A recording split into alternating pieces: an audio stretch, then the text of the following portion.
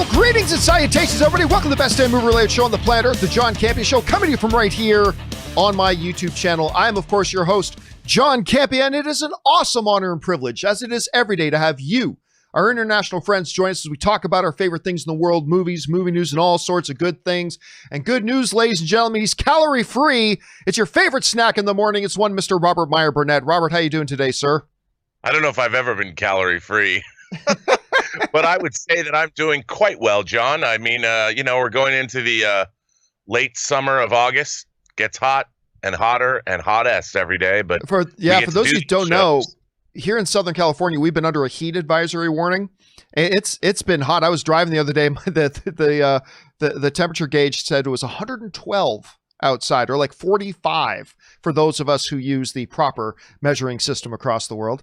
It's been hot. But listen, guys, we got some hot stuff today. I'm the king of transitions. We got some hot topics here today that we're going to be talking about. We're going to get into our main topics. That's obviously the first half of the show. Second half of our show, guys, we take your live comments and questions, and you can get in a live comment or question right now by simply using the tip link in the top of the description of this video. That's just streamelements.com/movieblogtv/tip. You're going to be getting your comment or question on the show if it's within reason, and you're going to be supporting the show at the same time. Want to remind you guys as well that just in case you can't always be in front of your, computer or phone to watch an episode of the John Campea Show, we got you covered. There is an audio-only version of the show, the John Campea Show podcast. You can go and find it on your podcasting app of choice. And we hope you guys use it and enjoy it.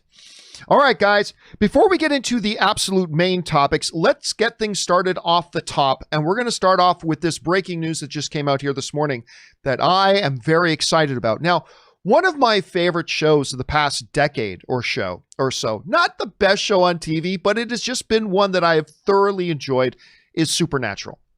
I love that show. I think it's great. Jensen Ackles, Jared Padalecki, they've been created, of course, by Eric Kripke, who's also the creator of The Boys. And, that show is coming to an end. After 15 seasons, the show is coming to an end. Oh, I remember when that show started, Rob. You had Jensen Ackles was but a lad.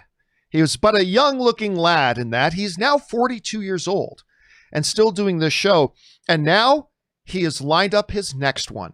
We just mentioned that the creator of Supernatural, Eric Kripke, he is, of course, the showrunner for The Boys as well. Well, guess what, guys? Jensen Ackles is going over to join The Boys Season 3, which I could not be more happy about and I could not be more excited about. And here's the funny thing. Now, check this out. I'm going to read this a little bit at length here. Okay, so Supernatural star Jensen Ackles is jumping from one Eric Kripke show right to another. The actor is joining the cast of The Boys in the third season. Ackles and Amazon Prime Video announced on Monday. I keep wondering what I'll do when CW Supernatural finally ends this year, he wrote on his Instagram account. Then it hit me. Now, this is where it gets interesting. Ackles will portray Soldier Boy, a.k.a. the original superhero in that streaming universe. After Soldier Boy fought in World War II, sound familiar so far? Fought in World War II, he became the first super celebrity and a mainstay of American culture for decades. Now, of course, if you're thinking that sounds a little bit like Captain America, well, of course, but it seems like every character on The Boys is the mirror universe version of somebody else. You got Black Noir is kind of their Batman character. Queen Maeve is obviously their Wonder Woman. Homelander is obviously Superman. The Deep is obviously Aquaman, on and on and on. And now we got our Marvel-looking guy in that. Now, why this is really particularly interesting is because maybe you may not know this, but when they were casting for Captain America, the First Avenger, obviously, they went with Chris Evans, and he was a fantastic choice. He was great as Captain America for so long, but Jensen Ackles was one of the runner-ups to play that. So there's something rather poetic here, Rob, that we get him now, years later, he's going to play a Captain America style figure. So this is, to me, great news. You know how much I love this show, The Boys. Oh, yes. Cannot wait for season 2 to start. And then they announced that they're going to do season 3 even before season 2 airs. And now we find out Jensen's going to be a part of that, playing a Captain America kind of figure. I think this is fantastic and wonderful on so many different levels. Anyway, Rob, you heard this news. What do you think about it? Well, I mean, I love the idea that, first of all, that season 3 is probably coming sooner rather than later, which is terrific because The Boys is one of the most anticipated shows for me in the next couple months coming out. I'm excited that they're delving into the past, going more, and we'll find out. I'm sure there's going to be, like in Watchmen, we got that great flashback episode where we find out about the origin of Hooded Justice. I can't wait to see more of the alternate history of the Boys universe. Maybe we'll see from before World War II, and all the way up to the present day. I mean, I can only imagine what this is going to be like, and it just feels delicious to me. I can't wait to put it in my mouth and chew it up. It does sound great. Now, of course, Seth Rogen, who's one of the producers of the show, was mentioning that they have no idea when they're going to be able to shoot this show, right? The season 3. But still, it is great to hear that they've lined him up. I think this is fabulous news. Question for you guys is, what do you think about this? Him joining The Boys season 3 as Soldier Boy, their Captain America alternate, I suppose. I think it's fantastic. Maybe you've got some concerns about it. Jump down into the comment section below and let us know your thoughts. All right, guys. With that down, let's do one more thing off the top, and that is this. Now, I discussed this briefly on Open Mic on the weekend, but I thought we would talk about it here again, Rob, since you're here now, and we should get a little bit more into it. But one of the movies that was coming out on Netflix, and you guys know how I feel about Netflix, amazing, fantastic, high caliber television series that they constantly crank out. Not so great on their original movies. They've struggled. I think that's fair to say they've struggled. For every one Irishman, there have been 40 or 50 totally forgettable, low quality, trash them, throw them away movies. Then we got Old Guard last month, which I actually quite enjoyed. I mean, I really enjoyed Old Guard. One that we've been looking forward to, though, ever since the trailer dropped, was the Jamie Foxx, Joseph Gordon-Levitt film, Project Power. It came out on Friday, I believe, is when it came out. I watched it immediately. Now, as you can see right now, it doesn't have the best critic or audience ratings. It's got a 62% critic rating, which isn't bad. I mean, it's still fresh. That means the majority of the critics like it. And 57% audience rating. Again, not horrible. It does mean more than half the people liked it. There you go. So this movie comes out, and Rob, I'm not going to lie. I did not think this was a good movie. I think it was a terrific premise because, we saw the trailer, and you and I reviewed the trailer for Project Power on this show. Sure. And we both loved the idea, the concept. It had a little bit of that Bradley Cooper film Limitless. Had a little bit of a Limitless feel, but the idea was you take this pill and you get a superpower for 5 minutes, and each person has a superpower for them. If you take the pill twice, you're going to get the same superpower. But you take a pill, you get a power for 5 minutes. Really interesting concept, really interesting setup. I got into watching the movie and I found that that's all it was. It was just concept, and it was never really properly fleshed out. I just found it a little bit tedious to get through. There are some highlights. Jamie Foxx, I thought, was great in it. Joseph Gordon-Levitt, we haven't seen him a lot lately, and it was really good, and I always love seeing Joseph Gordon-Levitt on screen. I'm forgetting her name right now. She's one of the newcomers. The girl who plays the dealer that joins up with them. She was really good, actually. I quite enjoyed her in it. There are certainly some moments and some scenes that are interesting, but overall, I thought the villain's evil, nefarious, mustache-twirling plot was lame. It broke all senses, if I may borrow from you for a moment, Rob, of verisimilitude. There was absolutely no verisimilitude in this. And just overall pretty disappointing. I'm not going to call it an absolute crap show of a movie, of a film, because it does have some redeeming elements. And I don't think somebody is totally wasting their time to go and watch it.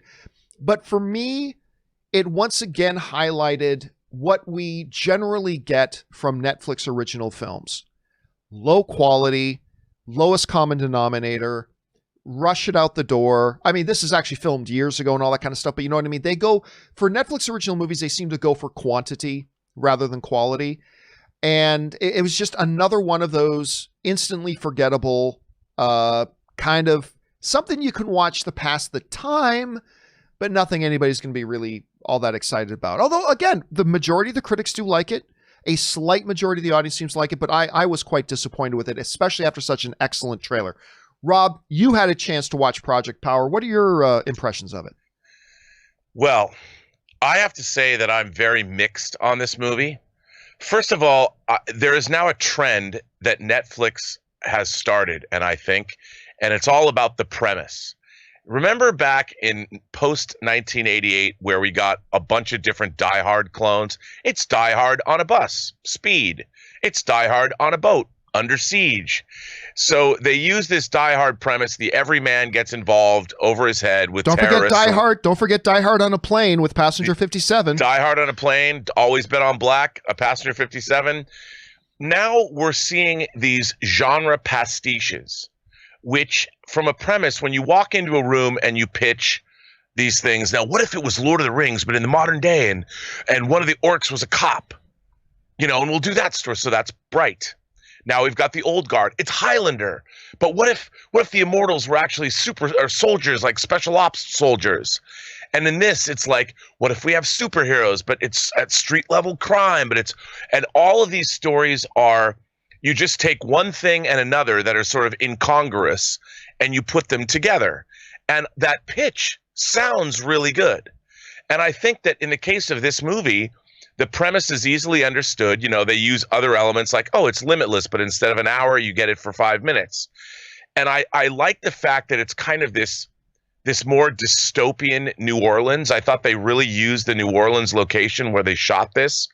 I thought it was really effective. It was very grungy, and you really felt it.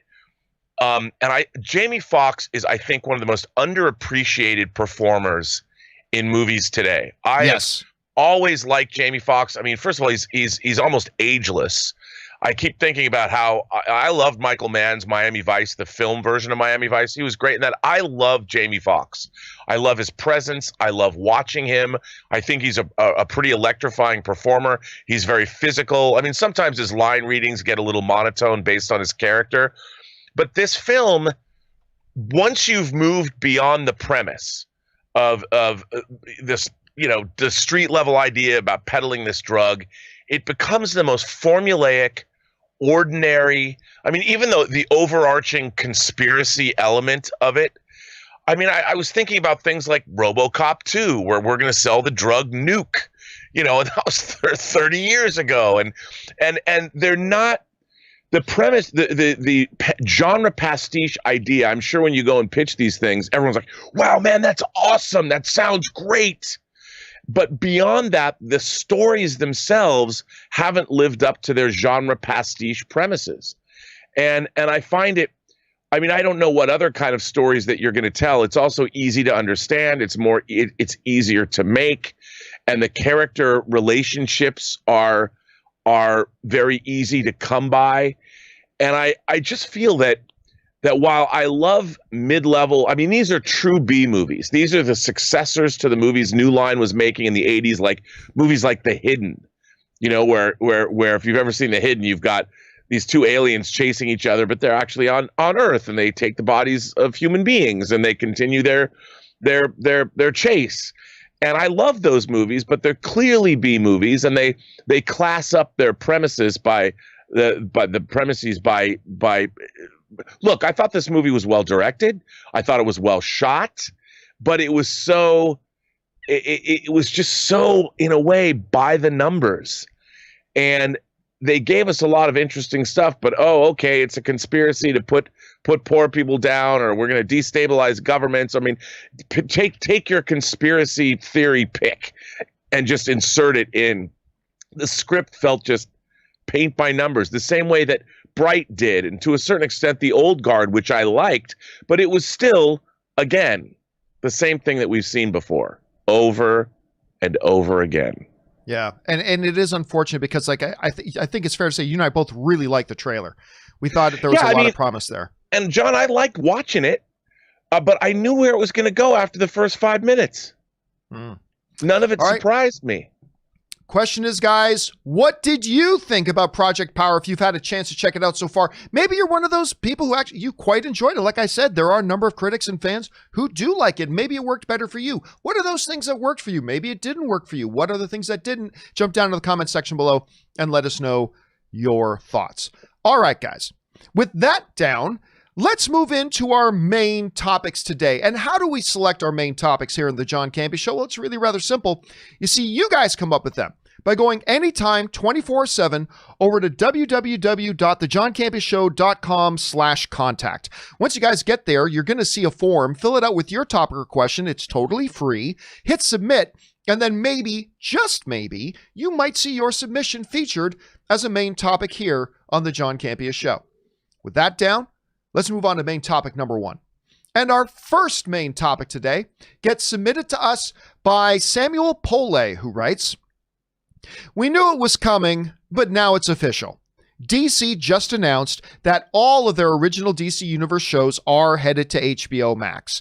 Now, the only question is what happens to the DC Universe? What do they pivot into? A cheaper subscription comic book library, maybe $5 a month, or just shut it down altogether? What are your thoughts?" All right, thanks a lot for sending that in, man. And yes, we have talked about this for months now, Rob, ever since like the HBO Max thing really became a real tangible thing that it was coming. Then while the signs were clearly painted on the wall, and we've talked about this for a long time, that the DC Universe streaming app, as it was conceived, was going to be no more, probably fairly soon. It especially became a high point when they got rid of their annual subscriptions. They started canceling shows. We started to see some of their original exclusive content no longer going to be exclusive. But now the nail in the coffin has been delivered, as it has been announced that they are shutting it down. This comes to us from Nerdist, who writes, Lee, that's Jim Lee, the CCO, the Chief Creative Officer over at DC Comics. Lee confirmed that original content that is on the DC Universe app is migrating to HBO Max. That means, in addition to Doom Patrol and Harley Quinn, Young Justice, and Titans will move to the new platform as well. Several new DC series have already been announced for the streamer, including a Green Lantern series. Lee suggests that the current DC Universe app is transforming and will likely stay the virtual home for thousands of comics. So, number one, what DC Universe was supposed to be from its inception, this alternative streaming entertainment channel where you can watch all this DC related content from old TV shows. I believe even the old Wonder Woman show was on there. I mean, all the old shows, all the new movies, and of course, new content as well. It started to struggle. They started canceling things, but man, they've got a couple of big winners on there. Doom Patrol, love it. Their Harley Quinn series, love it. Other people love a lot of the other stuff that's on there as well.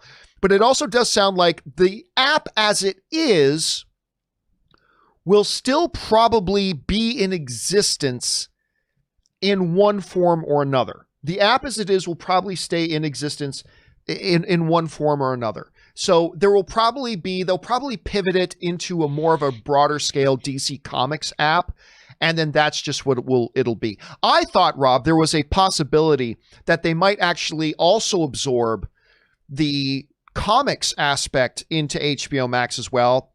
Granted, that, I guess in hindsight, that wouldn't have been as good of a fit as just transmuting all their live content over there. So it'll probably just become its own standalone comic app, but there's already a DC comic app. So maybe they just merge those into them. But anyway, Rob, doesn't really seem like this is any surprise here. But now that they have confirmed that all the original content is moving off, it's going over to HBO Max, what are your thoughts? Well, as you and I have talked about, it was sort of an inevitability. What I do like is that the content hopefully will continue on. We'll get more Doom Patrol, hopefully. Maybe we'll get more Titans. Maybe they'll bring Swamp Thing back. I mean, I think for fans of these shows and to keep people working, I think it's great. But again, in our post-COVID world, when are these new shows going to get made? But it's nice that they have a home.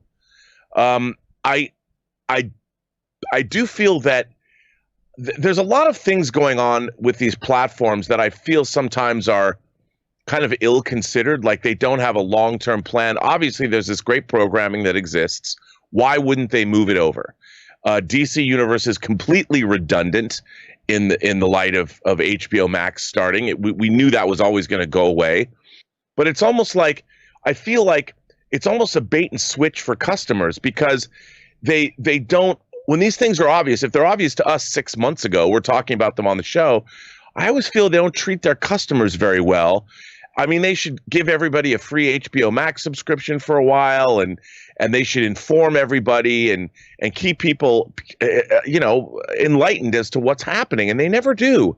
And I always feel like, okay, we know this is going to happen, but you've got a loyal customer fan base that's been with you probably since the beginning. And don't you owe them a little bit more? Yeah. I mean, look, on the one hand, what I understand is that you've created some interesting content. Like, I'm not a fan of Titans. I didn't like Titans, but it did appeal to a number of people. They tried some different things between Swamp Thing, which they canceled after the first episode, so I never understand.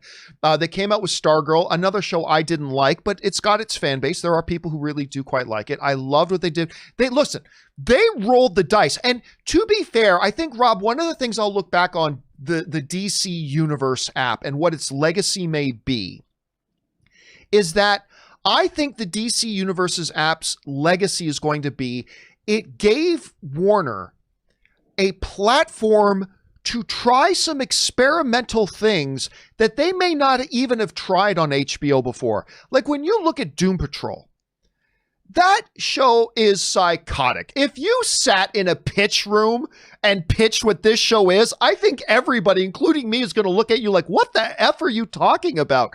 But it's brilliant. And I feel like DCU gave them a playground, gave them a sandbox that they could bring these concepts that maybe never would have cut the mustard on an HBO Max or any other type of network. A Harley Quinn animated, strictly hard R animated show that maybe wouldn't have been given a chance or the time of day on something like an HBO Max or something. And it gave them an opportunity to test out these types of shows and see that, you know what? These things can really work. So I'm thinking, Rob, maybe, and maybe I'm just being optimistic, maybe the long-term legacy of DCE or the DCU, DC Universe app is going to be that it opened the doors for a lot of very bonkers and different kind of content that maybe now the people at Warner won't be so adverse to trying out on their main flagship networks. I mean, you never know, because they really hit it out the park with a couple things. I think that's a really good point. I mean, that's the possibilities of the shows between The Boys, between Doom Patrol, between the Umbrella Academy. What people think of at the executive level is definitely expanding, and that only means great stories coming down the pike in the future.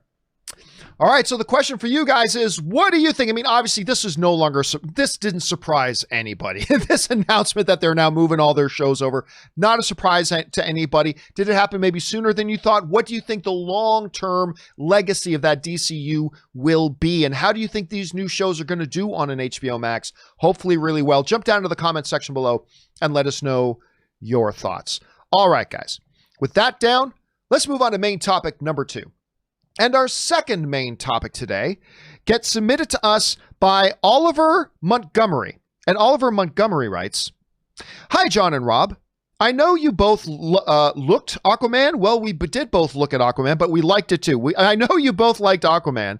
One of my favorite scenes was the trench. That was pretty cool. It was really different for a comic book movie. Wondering if you saw that James Wan is saying that he intends to bring more horror elements into Aquaman 2. Do you think this is a good decision, or should they keep it more family friendly? Thanks." All right. Thanks a lot for sending that in, man. And yeah, the trench was one of the absolute most unique scenes in Aquaman, because when you look at Aquaman, it is jovial. It's a little wacky.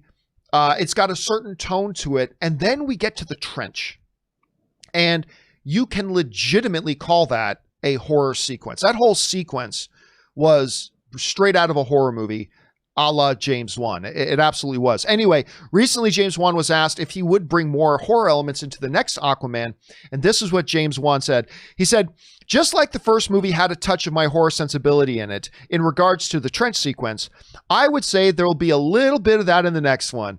I think it's something that's a big part of who I am, and it just naturally comes out in these types of films, and especially a movie like Aquaman, where the story takes place in these underwater worlds that can be very scary. So So naturally, my love for the horror genre just means that I latch myself onto these scenes and try to give them a little bit more of my scary sauce. And that comes to us from James Wan. Now listen, one of the things that I really quite liked about one of the smart things I think they did in Aquaman is the fact that that trench sequence, Rob, we often will compare like movie making to a chef, you know, putting together their recipe, the right ingredients at the right time. And to me, that trench sequence was a nice dash of spice in something that just gave the movie more depth of flavor, if you know what I'm saying. It just gave it a different element, a different angle, and it broke up what could have become a little bit of a monotonous kind of feeling of one tone all the way through. Instead, it went in there, it changed the gears of the movie, it kept us as an audience on our toes a little bit, because it's on top of giving us some nice, delightful material, it was also throwing us curveballs at the same time, which is what I thought the trench was. And like James Wan said, this is really just kind of par for the course for him. This is in his DNA. This sort of stuff is what he does, so why not lean into your strengths, even if that's not what the movie is as a whole. So I, for one, am glad to hear that coming into Aquaman 2, that he's going to kind of rely more on those elements again. I thought it benefited the first film quite a bit. Rob, you hear this from James Wan. Is it a good thing to do, or should they lean away from that and maybe go a little bit more steady with the tone they're going for? How do you see it? Well, I mean, you know, as you know, I mean, I loved Aquaman because I thought, again, it was utterly bonkers, and how it leaned into its crazy Harryhausen-esque fantasy. But I think I liked that trench sequence in the movie. It was terrifying. It was cool. I mean, sea monsters are definitely a part of any kind of mythology when it comes to the ocean. And I don't have a problem. I don't know if I'd want to see a full-blown Aquaman horror movie. But if anybody could make it cool, I think James Wan could make it cool. But adding a more horrific element, I mean, the monsters of the deep are scary. There's scary stuff there. And if Aquaman has to confront the darker elements of the undersea world, I'm all for it. As long as it's, again, well written, and we got great characters, and who knows what monsters lurk beneath the waves. I'm curious to find out. I don't know if I want to see it dominate an Aquaman movie, but I could be wrong if it turns out to be really good. Yeah, but I'm with you on that. I feel like dashing it in there, like a little dash of it here, a little dash of it there, it just gives a better overall texture of the film. It makes it a more complex film. Yeah. You know, even though you think, wait, it's a comic book movie. Yeah, but by doing little things like that, I think James Wan gives it more complexity. It gives it more depth. It gives it more things to appreciate about it. And again, like I said, I like it when directors change the gears in the movie. They change levels and they keep us on our toes. And that's one of the things I thought was a real strength of that Aquaman movie, and one of the reasons I enjoyed it. Question is for you guys. What do you think about that? Do you think that, you've already kind of done the horror element thing, you shouldn't do it again in Aquaman? Maybe you feel like us. So it's like, you're talking about the depths of the ocean. You could have some amazing, horrifying things down there. How do you feel about that? Jump down to the comment section below and let us know your thoughts. All right, guys. With that down, let's move on to main topic number 3. And our third main topic today gets submitted to us by Alicia Brath, who writes, "Hello, movie crew. I was, and still am, really excited for DC Fandome, which is, of course, coming up on the 22nd on Saturday. So when the schedule came out, I went through it so fast, and they really have some great stuff lined up. But yesterday, I went over it again and noticed how short all of the quote-unquote panels are. The Aquaman panel with James Wan is 10 minutes. The Harley Quinn panel is 10 minutes. The Snyder Cut panel is a little bit more reasonable, 25 minutes. What? I thought these were going to be legit panels. 10 minutes is really the length of an announcement. I'm still excited, but the Comic-Con at Home panels were nearly an hour. So what's up? Thanks for the hours of entertainment every day." All right, thanks a lot for sending that in. Appreciate that. And yeah, listen, just to put this, I'll set this up in context, okay? Comic-Con at Home, which was not a success, partially, there are a number of different reasons why it was not a success. Number one, there was just not awareness. People didn't realize en masse that it was really happening. Number two, it's a total departure from what Comic-Con normally is. Number three, they didn't have a lot of the high profile stuff there. I mean, there are a million different reasons why it was not a big success. And I applaud them for trying it since they couldn't do the live event.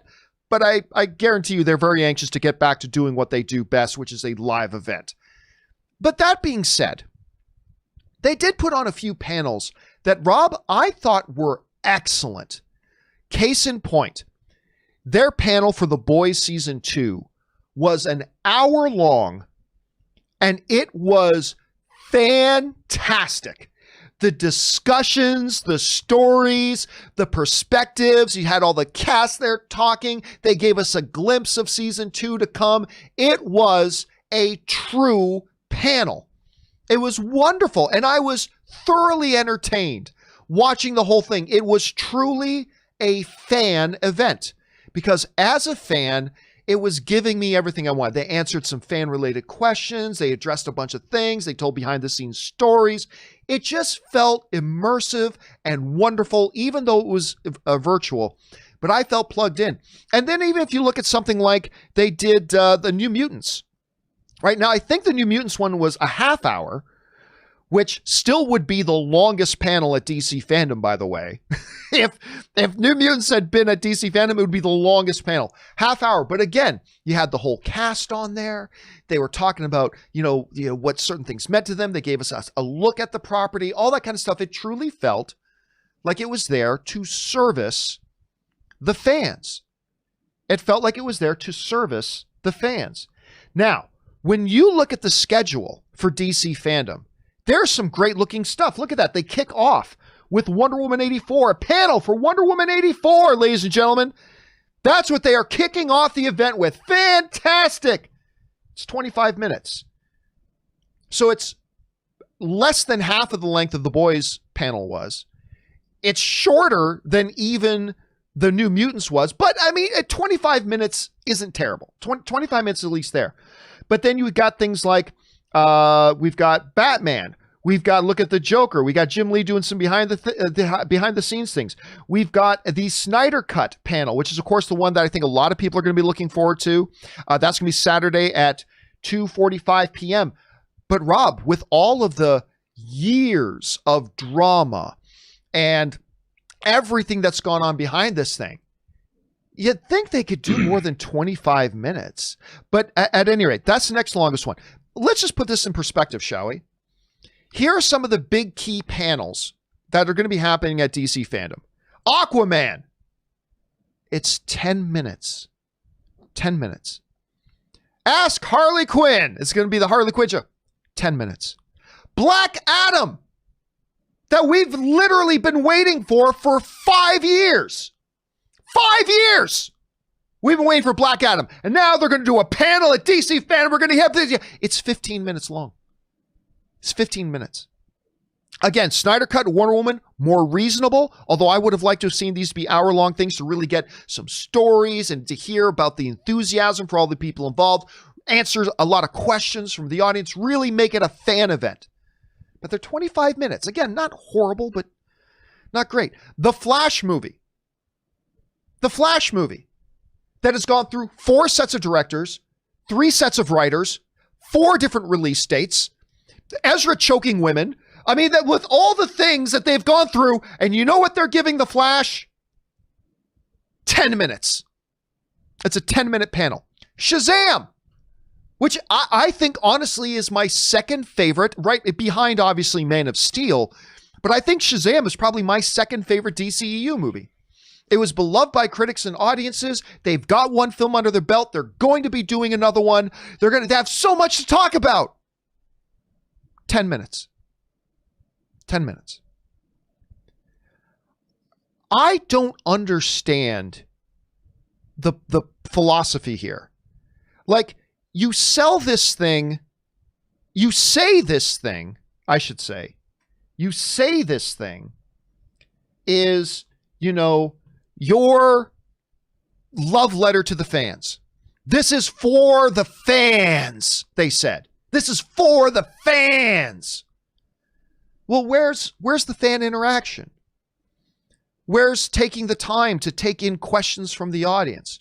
Where's the time to let The Rock come out here or Patty Jenkins or whatever to talk about behind the scenes and what's going on with it and where they're at and where they're heading and take some questions from the audiences?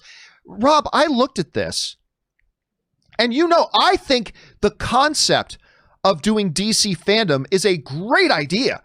There's no Comic-Con this year. You show how to do a virtual event, right? Obviously, Comic-Con at home dropped the ball. It's not what they do. DC Fandom putting together this huge online thing. It was a great idea, a great concept. But Rob, you don't even have to fly your stars out to San Diego and put them up in hotels and tie up days of their time to be there. All they got to do is get on a webcam and talk. From what I understand, it's all pre-recorded. It's all pre-recorded. And you're saying it's for the fans. Okay, well, give the fans what they're looking for. Give them The Rock telling stories. Give us Zack Snyder giving like a full overview of what brought him to this point. Give us, the Muschietti and whoever else the next director of Flash might be to come on and talk about where he picked things up and why he's excited about it and take questions from the audience. And it takes no effort. It takes no effort. Your stars don't even have to be there. Henry Cavill could be on a plane, and let's just pretend this controller is a phone. Henry Cavill could be on a plane and just open up his Zoom app. Okay, hey everybody, I'm coming to you from blah, blah, blah. I mean, that's all you need to do. It doesn't take any energy. It doesn't take any effort. That's pre-recorded. I just don't get why you're putting in so much effort for, let's call it what it is, a fantastic looking event. Why the marketing for this thing's been great. They've created these virtual rooms and this hall of heroes, and they've put all this great work into it. But really, at the end of the day, it's just enough time to make an announcement. That's it. Anything they could have done in a press release.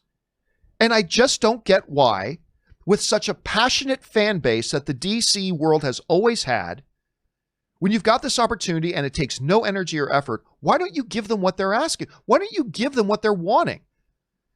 Give us them telling stories and background and talking about their feelings about it and taking questions from the audience. This is like literally, Rob, you and I were talking before this thing started. It's going to take 7 minutes just to do the introductions and welcomes. And then we got 3 minutes left. It's like, hey, everybody, thanks for being here. We got a new movie coming. Okay, bye.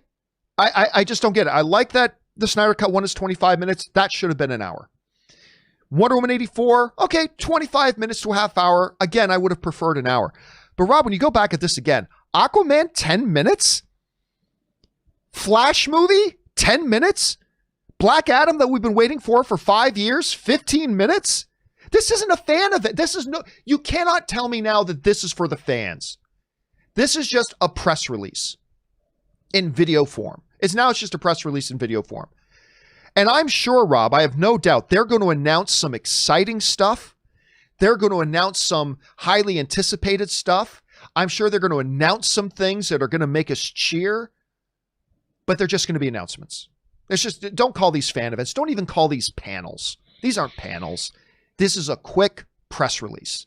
And I wish they were doing more, especially when you consider it looks like they've built such an amazing looking event. Why not take advantage of it? Anyway, Rob, it's frustrating. I think it's frustrating. I personally find it kind of frustrating. But Rob, you take a look at this. You've probably got a completely different point of view than me on this. What do you think about these lengths of these panels that we're seeing?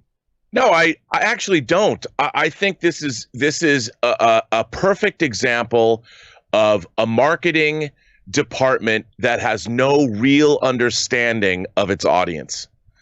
Look, you're dealing with a world now where I participated in the third mainframe Comic-Con that's happened, virtual Comic-Con that's happened in quarantine. The panels are either half an hour or an hour long. They up them to an hour. We just saw Justice Con, which is a fan-run convention devoted to the Snyder Cut, where all the panels were much longer, and Zack Snyder himself came on these panels. This was something created by a marketing department, and the people in the marketing department, I think, obviously, because of these panel lengths, as evidence, show a complete lack of understanding of any Comic-Con event that has come before. I mean, even San Diego, these panels should be an hour and a half even. A Snyder Cut panel could have easily gone 90 minutes. And I think, like you said, this is just a glorified press event. And they even put the word fan in the title of this. And I think in a way it's really maddening to see something like this. On one hand, great, the intention is there. It's cool that we're getting this. But you know what? We live in a world where the online space, especially the fan online space, has grown far more sophisticated now. And when you have fan events that are giving us better content than officially sanctioned DC events, I mean, a 10-minute panel? I mean, give me a break. Give me a break. What comic convention ever has a panel that lasts 10 minutes? None. And like you said, if you want to call it like you want to make it like D23 or something, at least D23, we're here to promote everything Disney. It's D23. They're not going Disney fans. I mean, it's for the fans, it's for everybody, but this is I love this. I've been looking forward to this, but when I saw these lengths, I had a bad taste in my mouth. I'm like, "Oh, okay. So you really don't care about your very fans that you're supposed to be catering to. You came up with this idea and it looks good on the corporate spreadsheet. Look what we've done for our brand." Well, have you really done anything? Because in the long run, your fans aren't stupid. They're like, what's up with a 10-minute panel? Give me a break. I mean, you have fans putting on a 2-day convention just about the Snyder Cut, and DC can't give you more than 10 or 25 minutes with the entire Snyder Cut thing. I mean, why is it that fans now are doing better things and better events than the very corporate minders that control these IPs? Yeah. I mean, this is problematic. Yeah, I agree. Now, to be clear, and I think you would agree with me on this, I think Jason Momoa cares about the fans. I think Dwayne "The Rock" Johnson clearly cares about the fans. I think these directors, whether it's Patty Jenkins or Zack Snyder or Muschietti, I think they care about the fans. Hell yeah. But I think you're right. I think this is clearly something. I think what has become clear by the length of these panels is that this was an event not put together by Zack Snyder, not put together by Patty Jenkins, not put together by Dwayne. This was put together by the marketing department. Yeah. And the marketing department doesn't really care about the fans. And that's fair and that's fine. The marketing departments, it's not their job to care about the fans. It's their job to promote. And as you see the length of these things, because again, let me bring this up again. This would have taken no effort because you didn't need to fly Jason Momoa into some city somewhere and put him up to a hotel and take up all his time. All you needed to do was get a couple of your stars to take out 45 minutes, and I'm telling you, these actors would have done it. I guarantee you Jason Momoa would have said, oh yeah, talk to the fans for 45 minutes about Aquaman? Deadly. I don't even have to leave the house? Sure, man, I'll do it. I guarantee you these directors and these actors would have done it. And again, I just want to point you to this. It wasn't nearly as successful an event, but go and watch the Boys Season 2 panel. It was so much fun. It was truly for the fans. Well, yes, it served a marketing thing as well. But when you watched it, Rob, you can truly tell it was for the fans. Well, I also think that this marketing, to me, the marketing department is sleeping on the job because in our COVID world, we have Josh Gad putting together the entire cast of beloved films like Lord of the Rings. And it's like, you get everybody to show up. Everybody wants to show up. You can see the joy. I mean, the Josh Gad stuff's a little too produced. I like the sort of lo-fi version of the Zoom calls where they become very freewheeling and less controlled and they're more genuine. I mean, apparently, where is this DC marketing department? Have they not been paying attention about how fan and celebrity interaction has changed over the last 6 months? I feel like we're looking at something that was it was a good idea, but it was designed and implemented by people who are a year behind the times. And when you look at that, I would be like, if I was a corporate minder at DC, I would be like, hey, man, have you not been paying attention what's been going on with celebrity fan interaction in our post-COVID world? I mean, we've got how many examples of these kinds of and these freewheeling hour-long conversations where you get like, look at that picture of just everybody on the boys panel. Everybody wanted to be involved. And they want to be there because it's their colleagues and everybody's staying at home. They're bored. They have nothing to do. I mean, look at this. Look at this group of people. You know, this should be your benchmark. This is the bar that if you're not living up to at least this bar, what are you doing? Why are you doing these? You're going to come on and it's going to be, I can only imagine, dude, it's going to be cringe. These 10-minute things are going to be they're going to be slick, and there's going to be graphics, and they're going to be cool, and you're going to learn it's going to be the same thing they would release to Deadline. It's just a press release. But now, that being said, I do think I believe they're going to announce some very exciting stuff. Oh, I do too. Look, no doubt they will absolutely do that. But that's not enough anymore.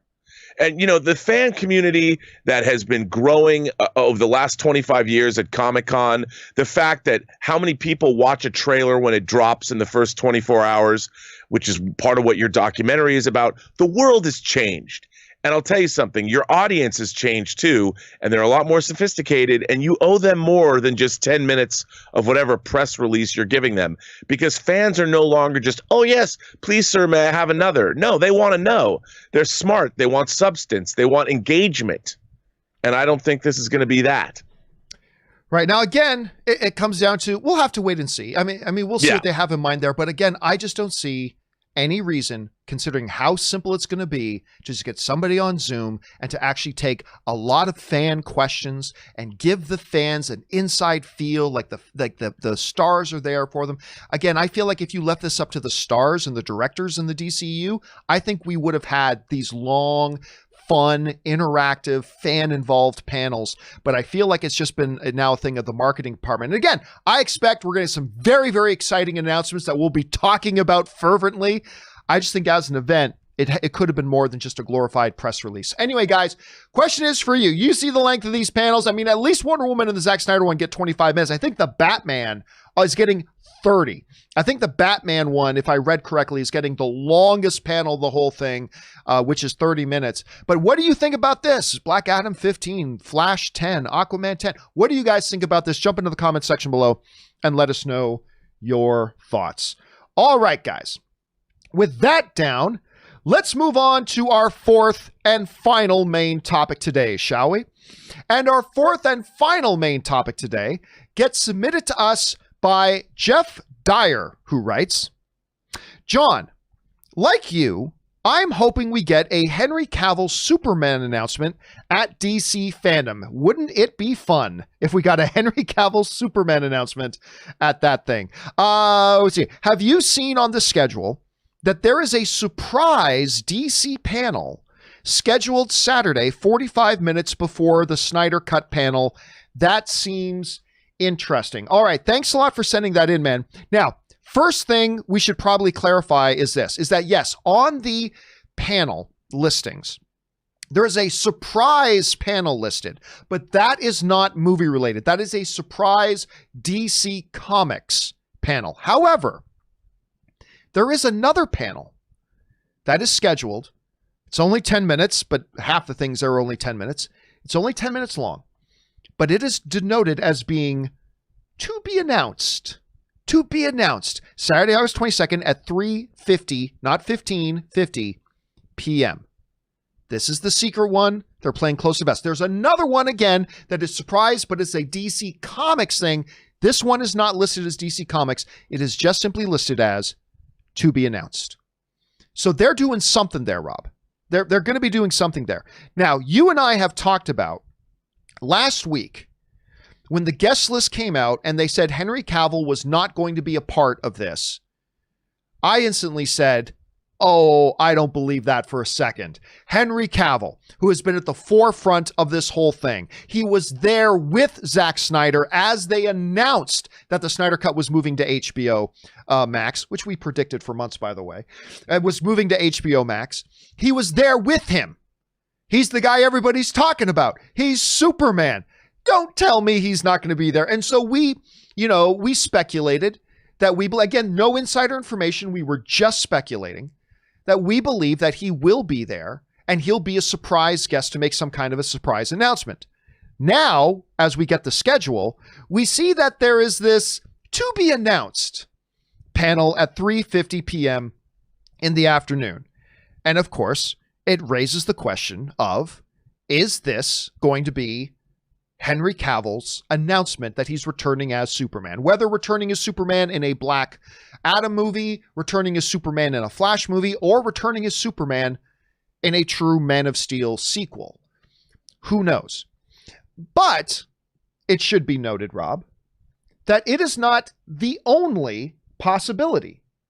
There are other possibilities of what this thing could be. Like, it may not be Superman at all. It very well may not be Superman or Henry Cavill related at all. So let's talk about what some of these possibilities may be, shall we? What is this big secret panel that's going on? Well, the first possibility, obviously the one I want to talk about, is that we're talking about Henry Cavill's return.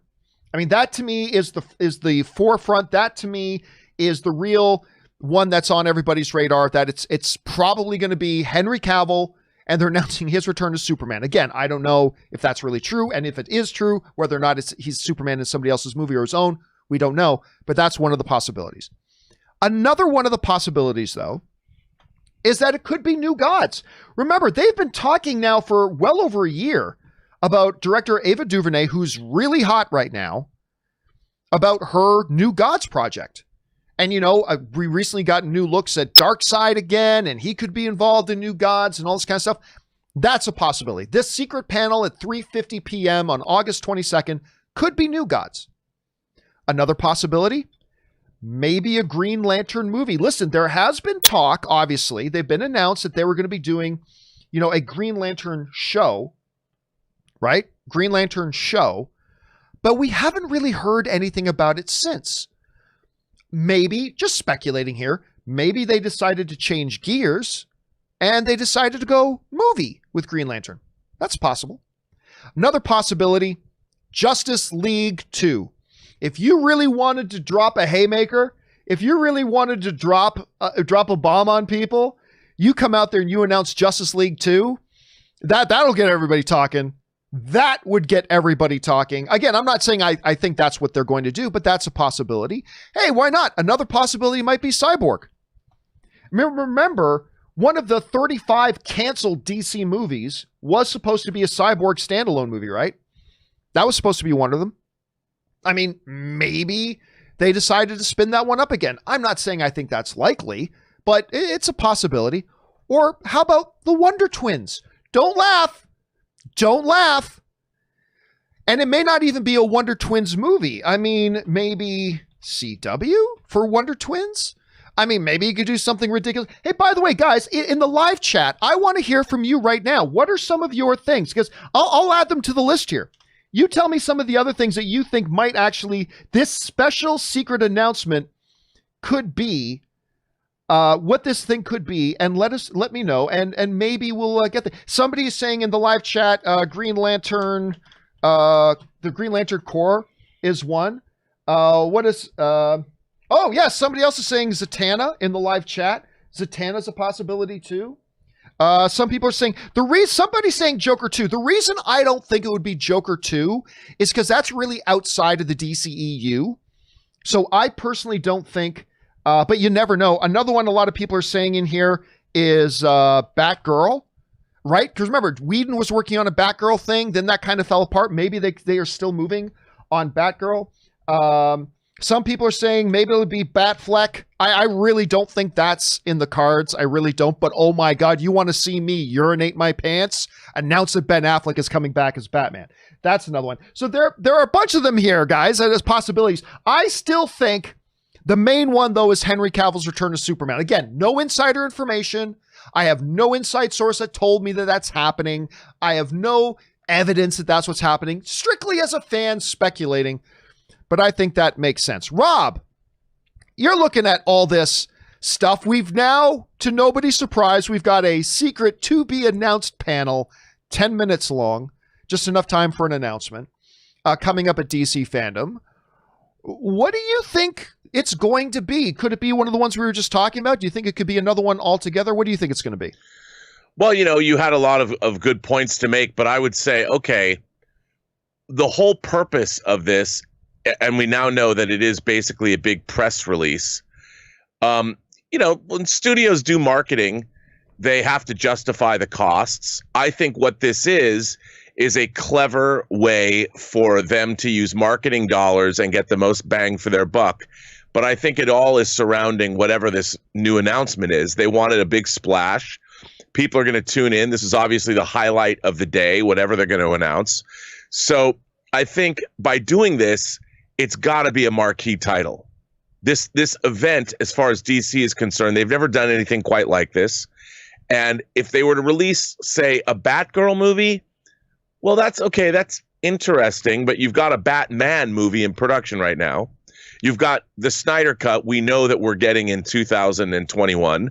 We've got Wonder Woman 84 is already on the way. Flash and Aquaman are being made. So I think you would need something even bigger than that to announce, because otherwise, if it isn't bigger than that, it's all that whatever that announcement is going to be overshadowed by the information of your bigger guns that you're covering anyway.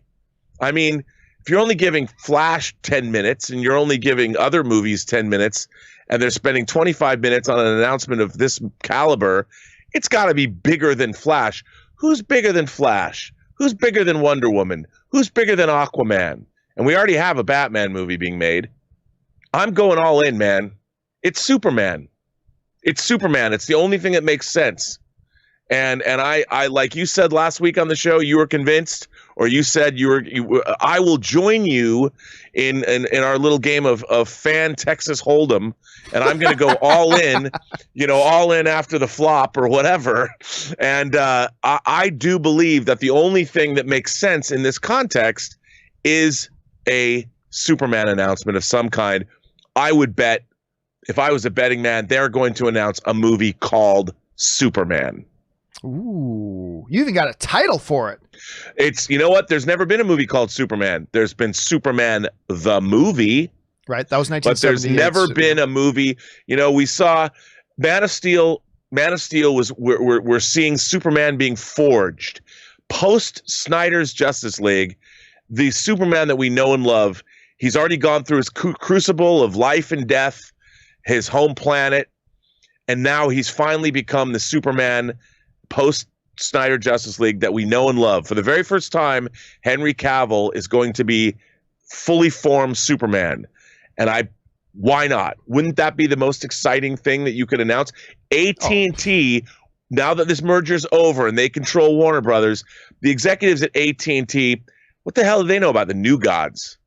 As exciting as we think that might be, executives at AT&T are going to be like, what? You give them the fourth world omnibus here. We're going to do the New Gods. They're going to be looking at it going, what the hell is this? But you know what the AT&T executives know? They know Superman. Let me ask you this, Rob. Let's say for a second that you get a phone call. All right. You get a phone call from Henry Cavill later tonight. And he tells you, I'm going to let you know, Rob, but it's not a Superman thing. All right. Let's go over to this list of things we've got and the list that some of the fans just wrote in. So we got other things like New Gods, Green Lantern movie, Justice League 2, which could also involve Henry Cavill as Superman, but yeah, Cyborg, Wonder Twins, Green Lantern Corps, Zatanna, Joker 2, Batgirl, Batfleck. Let's just say you knew for a fact right now that it wasn't going to be a Superman related thing. Yeah. What do you think the next likely scenario is of what it could be, if not Superman related? Well, we know we're getting a Green Lantern series. They've already announced that. Cyborg, we're going to see more of in Justice League, the Snyder Cut. Wonder Twins, no way. The Green Lantern Corps, again, we're already seeing that. Zatanna, who's that? AT&T executives, who's Zatanna? Joker 2, I would say that's a possibility. If it's not Superman, because look, Joker 2 made $1 billion. You have to think, how does the corporation that owns Warner Brothers think now? If they're going to make these announcements, they want to make it's got to be a sure thing that gets fans riled up. And if it's Joker 2, I'm willing to bet that there's a Batman connection then. They're going to say it's Joker 2 and we're going to have this, blah, blah, blah, whatever that is. That would be, I think, the on this list, the biggest possibility, because $1 billion, that's nothing to sneeze at. Batgirl, no. Batfleck, maybe, but they just announced, Ben Affleck's going to make over at Paramount. He's doing the Making of Chinatown movie that he's doing. Yeah, not to mention he's also still has to finish that one he's doing with Matt Damon, the French film about the final duel, the last duel, right? Which Ridley is that being Scott's directed? Yeah, I was gonna say Ridley Scott's doing that one. So he's got kind of a big plate, but again, you want to see John Campea standing in place and then suddenly urinating himself? Tell me Ben Affleck is coming back as Batman. Well, I mean, that would be cool too. I just don't think that it's highly unlikely. They want to make a splash, and I don't think they really want to undercut what they think is going to be a new Batman trilogy with Robert Pattinson. So I think that they would pull back. They've already announced Michael Keaton perhaps coming back for Flashpoint, and I think that they don't want to overshadow those things. And what they need is something new. And I think they're really into appeasing the fans. I mean, the Snyder Cut, that it's moving forward is something that's the ultimate coup for DC fandom, I think. And they're going to want to give something that's even bigger than that. And the big man himself, man, you can't get bigger than Superman. Cannot get bigger than Superman. All right, guys, the question for you then becomes, what do you think this little secret announcement is going to... By the way, it may not necessarily even be a feature film. It might be a HBO Max series that they announced, right. Or it could be, theoretically, it could be a CW show maybe. But if you're going to do something like to be announced secret panel, I think it seems more like Super. It could be something else. Anyway, I am so curious about your thoughts. I decided to make that the topic of today's question of the day. So just before we started the show today, I got on the community tab on the YouTube channel. By the way, make sure you subscribe to our YouTube channel here, guys. Click that subscribe button and keep up to date with everything that's going on. So anyway, we jumped into the community tab and we asked everybody just before the show started, question of the day, DC Fandom has a surprise to be announced panel. What do you think it will be? Not what do you hope it will be. What do you think it will be? Well, right now, over 5,000 of you guys have already voted. And here's what you're saying. 7% of you are saying you believe it's going to be New Gods related. 63% of you, a vast majority of you, are saying you believe it's going to be Henry Cavill's return as Superman, either in somebody else's movie or in his own standalone movie. 8% of you think they're going to shift from HBO to the movie screen and do a Green Lantern movie. 5% of you think it could be a Justice League 2. And 16% of you guys think, hey, it's probably going to be something else in any of those things. That poll is up there right now. You guys can go and find it. I'll leave it up there, of course, for you guys to go and participate in. But give me your thoughts, guys. What do you think that new panel is going to be? Jump down to the comment section below and let me know your thoughts. Yes, Rob. There's some breaking news. Oh, I love it when Rob has breaking news. Which is kind of wacky. Paramount is remaking Planes, Trains, and Automobiles. Really? Get this, with Will Smith and Kevin Hart. No. Yes. With Will Smith and Kevin Hart. Yes. That sounds like something that would be a Dwayne "The Rock" Johnson and Kevin Hart thing. I think that, yeah, because you know the incongruity of the two characters. I mean, aside from their size difference, Will Smith and Kevin Hart seem similar in sort of temperament and being, but there you go. I mean, they're gung ho on it, and it dropped right as we went on the air. Well, guys, I mean, that gives us something to talk about tomorrow. So, okay, that's we'll research this more. We'll get into it, get some more details, and we'll talk about this on the job. But that's big. Will Smith and Kevin Hart doing Planes, Trains, and Automobiles. Again, I would have thought it would have been The Rock and Kevin Hart if they did something like that. Anyway, guys, with all that down and out of the way, we are now going to move into our live questions part of the show to hear your thoughts and what you're thinking right now. Again, guys, if you want to get a comment or question on the live part of the show, simply use the tip link in the top of the description of this video or enter it manually, streamelements.com/movieblogtv/tip. You'll be getting your comment or question on the show, and you'll be supporting this show at the same time. Okay, guys. Let's get into it as I turn on my air because we've got a heat warning here in town. All right, first one up. The other black guy writes, I really can't wait to get back to the theater. You and me both, brother. I'm even thinking about driving to Las Vegas to go see New Mutants in 2 weeks. Even though people in my age range statistically and factually have a greater chance of dying from playing football than getting seriously sick from COVID, I'll wear my mask in order to be allowed in. Well, listen, here's the other thing. First of all, that's not statistically true, by the way. But the main thing for like younger people, like if you're like not in retirement age or anything, don't forget you become an incubator. You become a transmitter. It's not about whether or not the chances are of you getting really sick and dying. The thing is, you become one of those things that you're going to get other people sick. So please keep that in mind. The universe cannot function of, here's the sun, here's me. You know, we can't look at life that way. But believe me, brother, you and I are, and all of us here are very much looking forward to getting back into the theater very soon. So please, yes, take the right precautions, be mindful. And when you're doing things, remember, think to yourself that it is my responsibility to take care of the people around me. I'm going to be a man. I'm going to think of other people around me. And if everybody did that, we'd be in a much better position than we are, man. But yes, you and I both, dude, waiting to get back into those, to see movies again. All right, Suthius writes, hey, gents, I'll be honest. I was kind of bored with Project Power. You and me both, Suthius. I did, however, like their take on how power is obtained, that the power is from a biological source taken from offensive and defensive features of different animals. Other than that, blah. Yeah, that was an interesting take on it, Rob. Where it's I thought so, too. Every power was kind of a derivative of a power found in nature. Now, they took liberties with that a little bit, like the pistol shrimp one was. They took some liberties with it, but still, I thought that was one of the more interesting facets of it, wouldn't you say? Yeah, I did like that because, again, it was plausible. It creates the verisimilitude of these powers, and I like that. It was cool. Yeah, I like that too. All right, next up, we got Ben Burnside who writes, hey, guys.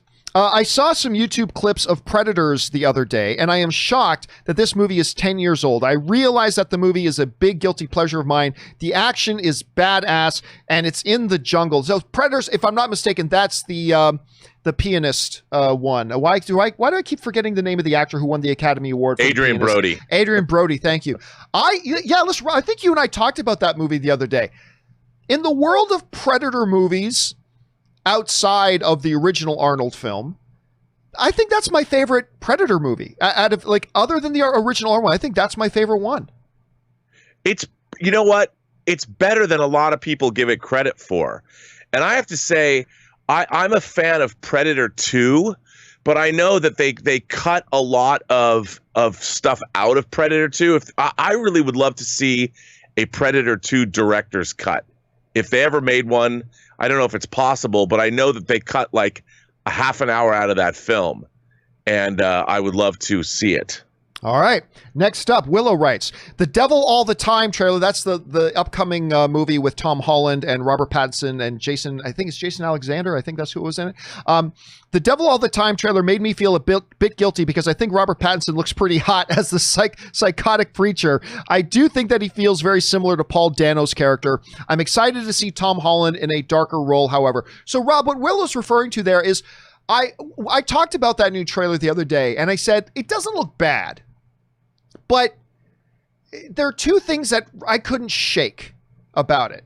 The one thing I couldn't shake about it was, number one, it's like, oh, look, the town preacher's the bad guy. Haven't seen that a million times before. But the other thing was, it felt like and again, this may be totally unfair of me, but it felt like a poor man's version of There Will Be Blood. And it just, I don't know. Like, the movie might be absolutely brilliant. I certainly love everybody involved. Did you have a chance to see this trailer, and what did you think about it if you did? You know, I did. And I like stories like this, you know, that sort of Flannery O'Connor kind of, it had a lot of elements that appealed to me. But again, I felt like it was a pastiche of a bunch of stuff I'd seen before. But that could be, I mean, a function of the trailer. I don't know much about it. I hope it's good. I think the casting looks terrific. I'm curious to see how it all unfolds. I don't know if it's based on a book. I think it might be. But again, you know, I'm in. I will watch that movie. It made me very intrigued to see it. The cast looks great. Yeah, it does. All right, here's hoping. This is going to be, I think this is going to be one of those situations, though, where I think the movie is going to be like way better than the trailer was. I really got a feeling it's going to be quite good. Anyway, Uncle Effort writes, like you, I was pretty meh on the first episode of Dark. Like 3 months later, I gave it another shot. Just finished season 2, and my brain feels like a toasted marshmallow. Wow. When you get back to it, prepare to have your head bent over and taken with no lube. Yeah, listen, I was talking, Rob, the other day about I am still stuck on the first episode. I haven't gotten past the first episode yet. Now, I fully intend to keep watching Dark because everybody tells me it's absolutely fabulous. But I found the first episode so non-remarkable that I've had a difficult time getting motivated to, when I sit down in front of the TV, to put on Dark instead of, say, putting on the next episode of Kim's Convenience. If you're not watching Kim's Convenience, it's on Netflix. Go and watch it. It is one of the most delightful sitcoms I've ever seen. Anyway, but I keep hearing people, Rob, including you. You keep telling me how good this show is. Have you finished season 3 yet, by the way? No, I have not watched season 3 because I want Elizabeth to sit down and watch all of it together. We'll binge the whole thing together. But it's an amazing, very dense show, and it really requires you pay attention. But it's very rewarding. All right, let's move on here. Next one comes to us from Man of Steel Rules. He writes, Happy Monday, John. Happy Monday to you too. One of mine and my wife's guilty pleasure movies is the film Lake Placid. I love Lake Placid with Betty White and not Jane Fonda, Jane Fonda's daughter, Bridget Fonda, and the guy who played the guy from Three Musketeers with Charlie Sheen and Kiefer Sutherland. He played it's Chris, not Chris O'Donnell. It's Chris. Anyway, whatever. I love that movie. But the giant crocodile. Anyway, one of my favorite guilty pleasure movies is the film Lake Placid. When we went to see it back in 1999, we didn't expect much, but were pleasantly surprised how good it was, especially Betty White's scenes. Thanks and have a great day. Rob, have you ever seen Lake Placid? Oh, yeah. I love that movie. I think that movie is great. It's legitimately funny. I mean, today, the shtick of the sweet older actor breaking out some profanity, that's kind of been played a little bit. But when Betty White did it back in 99, it was still kind of like, whoa, wait a minute. It was so good. What stands out to you? What do you remember most from that movie? Well, again, the size of the alligator. I mean, Yeah. The tone of it, really. I mean, there's something to be said. It wasn't totally serious, but it wasn't tongue-in-cheek like a sci-fi movie. It still worked. It worked. Its horror elements worked, and I think it wasn't a parody. That's what that it didn't just go full on camp, and right. I like that about it. By the way, a bunch of people in the chat, in the live chat, are reminding me that it was Oliver Platt. Oliver Platt. That was in that. That was also in that Three Musketeers movies. Thank you, everybody, from Sean Mann and Ilamic 316 and Bunyan Snappa and everybody in the chat who put it out. Thank you, guys. Yes, it was Oliver Platt. Thank you for that. All right, an anonymous viewer tips in $20. Thank you so much for supporting the channel on that level, Anonymous. We appreciate that, man. I can't tell you how I know, but your Avatar video was dead on. Eerily so. Keep up the great work. Okay, that's mysterious because I don't know what part you're referring to. What part of my Avatar video? Did you do a recent Avatar video? Well, I did. So I don't think you and I had a chance to talk about this. So we're talking about the fact that, it was announced the other day that Netflix and the original creators of Avatar, the animated series, who were I was thinking James Cameron. Oh, no, I think who were supposed to be the showrunners for the new live action animated series have parted ways. And, a lot of people are saying, and listen, I think all other things being equal, I wanted them on this show. I wanted them to be the showrunners of the show. I did. But a lot of people saying like, oh, this is apocalyptic. This is it. Not interested in the show anymore. Can't be any good unless the original creators are doing it. Stan Lee would like to have a word with you about the MCU. If you think Stan Lee actually had any creative input on any of the MCU movies, you're sadly mistaken. And those turned out pretty well. No. But, Rob, one of the points that I made on it was that you look at Netflix's track record of creating live action series. with maybe the possible exception of HBO, they're the best in the world at it. They know how to identify and work great. Now, not everything they do knocks out of the park, but a high percentage of their live action series stuff, whether the stuff that they produce in-house or acquire, they know it works. And they have an incredible record. The creators of Avatar: The Last Airbender have never done anything live action. And, you know, one of the things that I said on the show, Rob, and I'd be curious to know your take on this, was I said, you know, I really would have preferred to see them have the same attitude that Dave Filoni had with Mandalorian, right? Because you watch the behind-the-scenes Mandalorian documentary, and what do you see Dave Filoni? Did you see Dave Filoni go, you know what? I know Star Wars. I've done successful animated shows. I know what I'm doing. I'm Dave Filoni, damn it. No, that's not what Dave Filoni did. What did we see Dave Filoni say?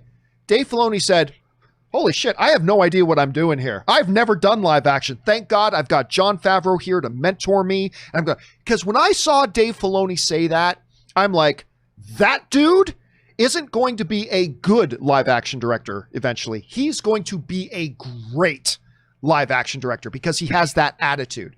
And I really would have liked to have seen that attitude from the guys on Avatar. And what I proposed was, and what maybe Anonymous is talking about, saying how dead on I am.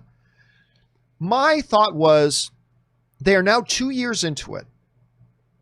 My thought is they were starting to do things that Netflix probably looked at and said, guys, that may work fine. And what you're trying to do here may work fine in an animated show, but that won't translate to live action. And they probably felt like, well, if we can't do our vision, we're going to walk away. Rob, some people speculated that, oh, maybe Netflix wants to put white people in the role. Here's the thing. They've been working together on this show for 2 years. I guarantee you that was part of conversation number one. It's like, okay, because they had done the M. Night movie. So it's like, hey, we had a bad experience with M. Night. They would have cleared up, do we make all the heroes white in this? They would have cleared that up day one 2 years ago. If they didn't, then they're idiots and Netflix are idiots. So I think that was cleared up. But I've got a feeling they were just going in a direction and they were doing what they were strong at, which is making stories that would work better in animation and maybe not translate as well. And Netflix stepped in and said, guys, that's not going to work. You have to take our word for it that that's not going to work. And I think at that point, and I'm just speculating. Rob, what was your take on that whole thing? Well, you know, I read an article. I read an analysis. I don't know if it was true or not, but it sounded legit to me. The parting of ways resulted because the Netflix wanted to age up the main characters, make the characters older, and they wanted to make the content much more adult. Up the sex appeal, up just the content, and age it all up and make the characters older. And that to me seemed the most legitimate and probably plausible explanation of the parting of the ways, because, you know, Avatar: The Last Airbender is what it is. And I'm like, you know, if you're going to make your main characters like what, in college? You know, I think that it fundamentally changes. I mean, I'm sure certain execs are like, well, what's the problem? Why can't they be older? Yeah, well, but here's why I don't buy that. Here's why I don't buy that. Because I'm a moron. And even I know that those conversations happen in our first meeting. They've been working on these things. They've been working on the show together for 2 years. Right. Like, I don't believe for a second it took them 2 years to go, oh, wait, time out. You actually want to have the characters that young? We didn't realize that. We've wanted to, like, I don't buy that it took them 2 years to figure that out. I think those are conversations that happened 2 years ago. I think that would be the first inclination, and I don't disagree with you, but I'll bet you now Netflix, since they've started developing the show till now, have a lot more data and analytics on their audience. And when they see shows like, say, the Umbrella Academy connecting, those characters are other than Five, who's actually an old man, they're aged up a bit.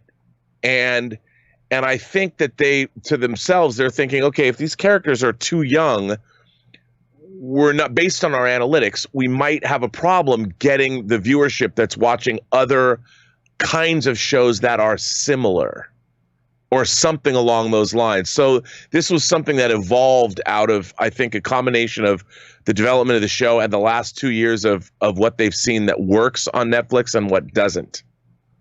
And I could see them, but coming to the creators saying, look, this is what we know we need to do. And them saying, no, we can't do that. And there's a parting of the ways. Yeah, to me, that's just stuff that I don't think especially since they just put Avatar: The Last Airbender, the animated series, on Netflix, and it was trending in their top 10 viewed things for weeks. And yeah, I know. Like, so I just can't see Netflix.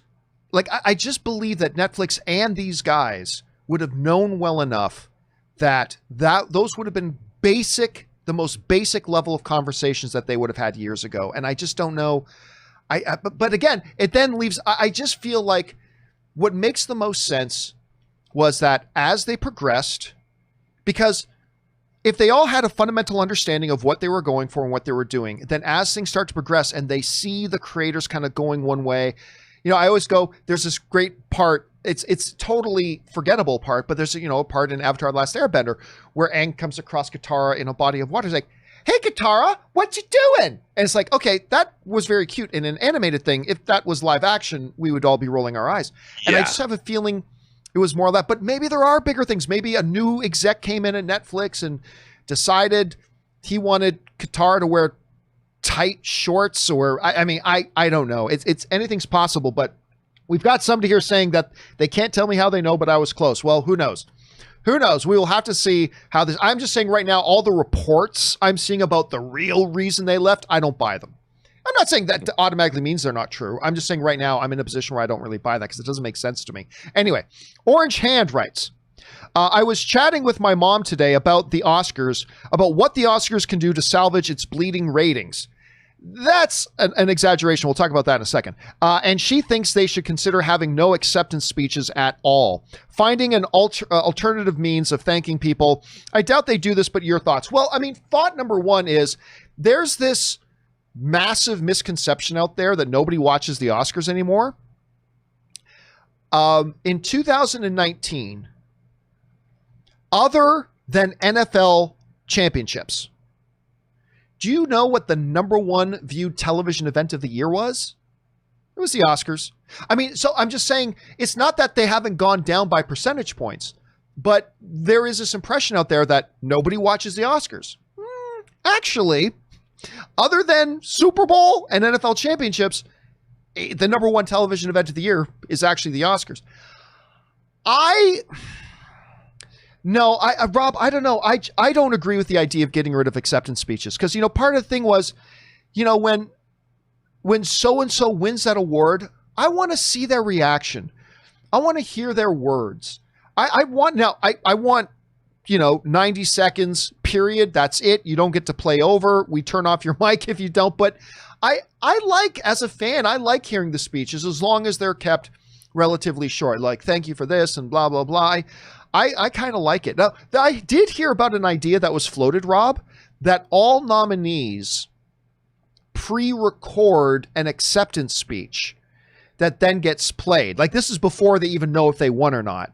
And then they play that acceptance speech. My initial reaction to that is I don't like it, but it's better than no acceptance speeches at all. So I don't know.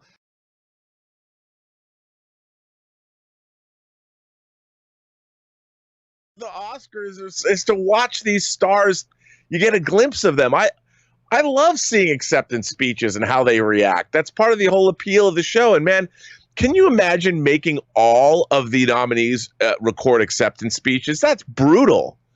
That's just brutal to put somebody through that. Like, you're actually forcing somebody to then really dream hard about winning the most prestigious award. And then you're asking them to respond to all the people that they want to thank and their family. And then, and then they lose. That's terrible. It's terrible to do that to somebody. Logistically speaking, it means that they are fully prepared with the speech. It means they guarantee they keep it within the right time constraints. I guess logistically, I can see an argument for it, but I'm with you. Like, I want to see that emotion. I want to see, like when Sally Field gets up there and says, "You like me, you really like me." It's like, come on, you lose that, you know? Or Jack Palance doing push-ups. One-arm push-ups. I mean, come on. I mean, some of the great, one of my favorite things to do now, John, is to go back and watch clips from the old Oscars, like before I was even born. They're now, the Motion Picture Academy is making them available, and you just get a glimpse, a little bit of an insight into people. No publicists, no studio marketing people. You get to see some raw, uncut personalities of your favorite celebrities, and I love that, and I don't want that to go away. All right, let's move on here. Gabriel Reed writes, have you ever checked out the Canadian TV show Flashpoint? I have heard of it, but I have not. If not, it's on Hulu, and it's about the Strategic Response Unit, and it's incredible. One of the main characters is in Wind River. I know the guy you're talking about, Hugh Dillon. As one of the security personnel, strongly recommend. You know, it's funny. A lot of great Canadian TV has fired up since I've left Canada. One is, why am I forgetting the name of it, Rob? That funny one about the guys living in Saskatchewan. Letterkenny? Letterkenny, yes. Letterkenny was one of them. That show is the best. That show is so funny.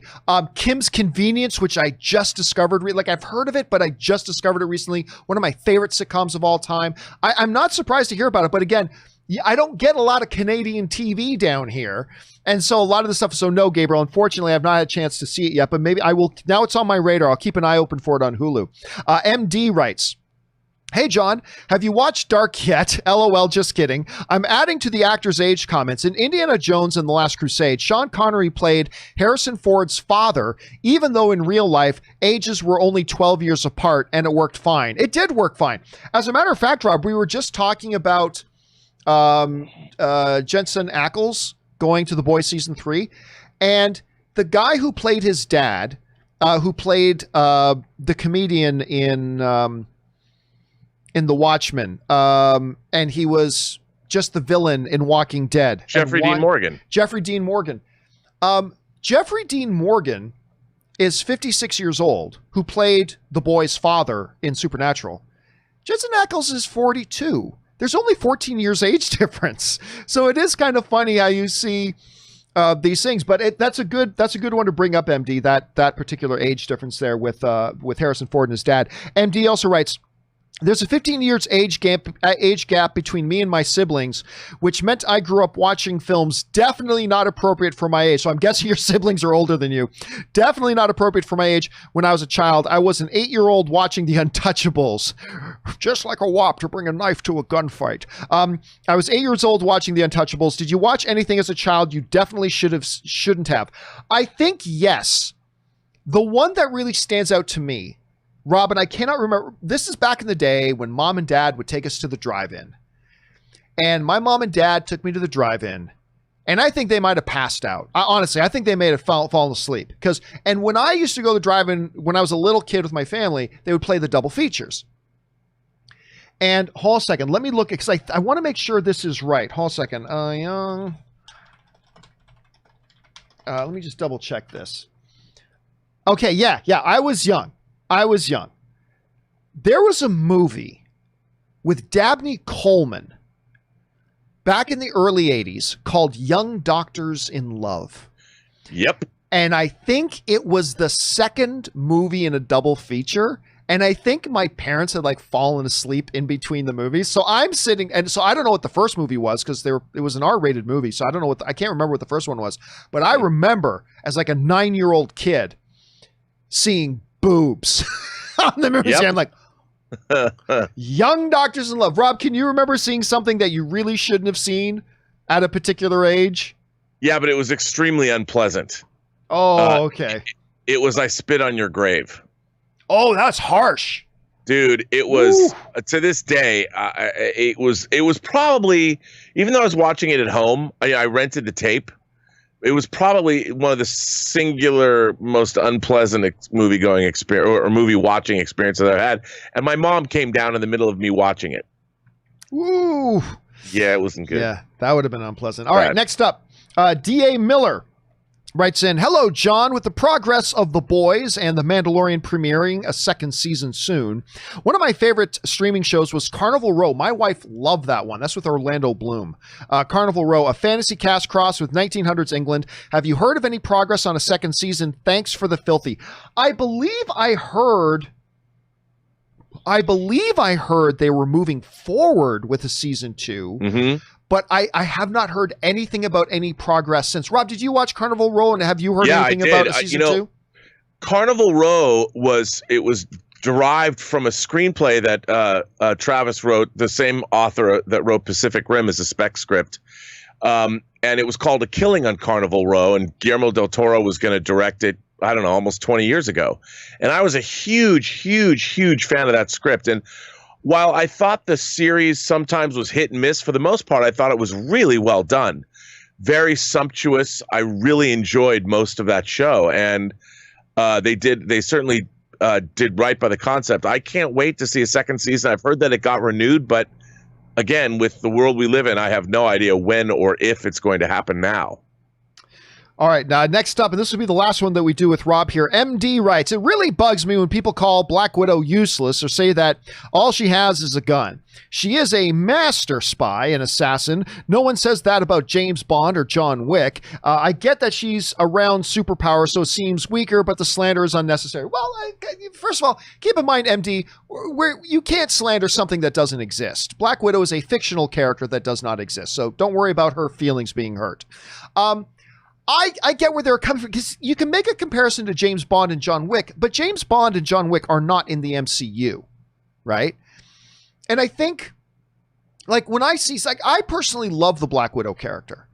I love the Hawkeye character too.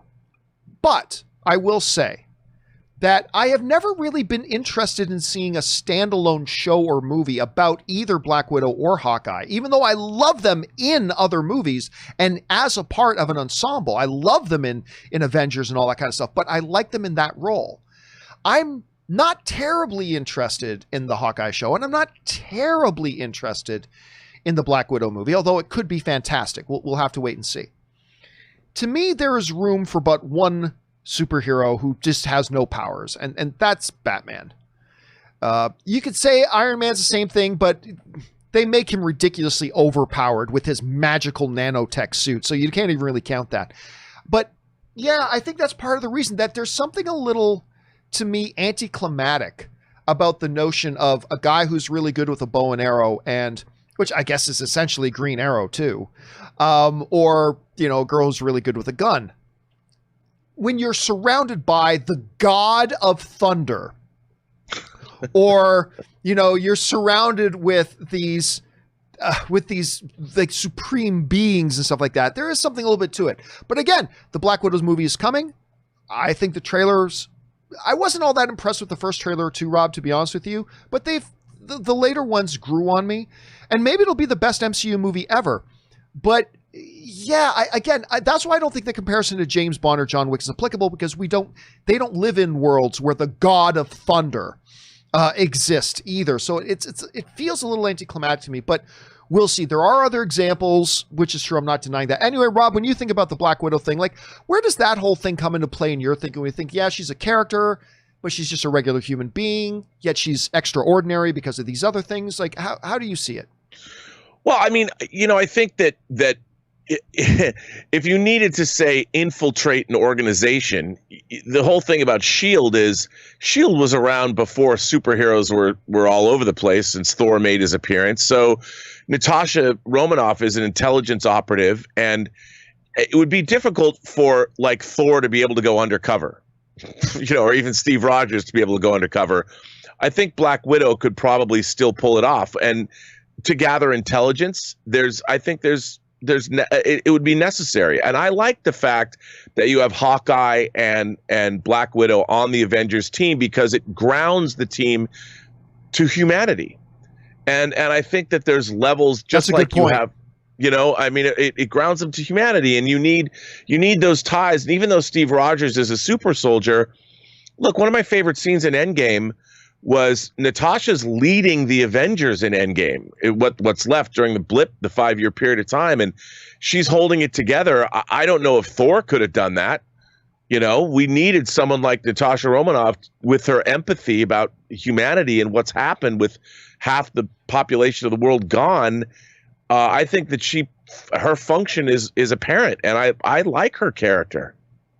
That whole anchoring, being an anchor to humanity, that's a really good argument. That's a really good observation. But again, look, hopefully the movie will be amazing. Remember, I wasn't looking forward to Spider-Man Into the Spider-Verse either. I didn't think that looked any good. I was not excited about that movie, and it ended up being my third favorite movie of the year. Maybe the same thing will happen again with the Black Widow film. Anyway, Rob, thank you so much for spending some of your time here with us today. We'll, of course, see you back here again tomorrow. But in the meantime, my friend, where can people find you and your adventures online? Well, you can find me on Twitter at BurnettRM, find me on Instagram at Robert Meyer Burnett, and find me, of course, on my own YouTube channel, The Burnettwork, and its adjacent website, theburnettwork.net. All right. Thank you again, sir, and we'll talk to you again tomorrow. Have a good one. All right, sir. You too. All right, guys. With that down, let's keep on going. We still got about 20 minutes to get through more of your questions, so let's keep things firing here. Sam Phillip writes, "Hey, John, I have a question. Do you think we will see a Despicable Me 4? Yes, I do.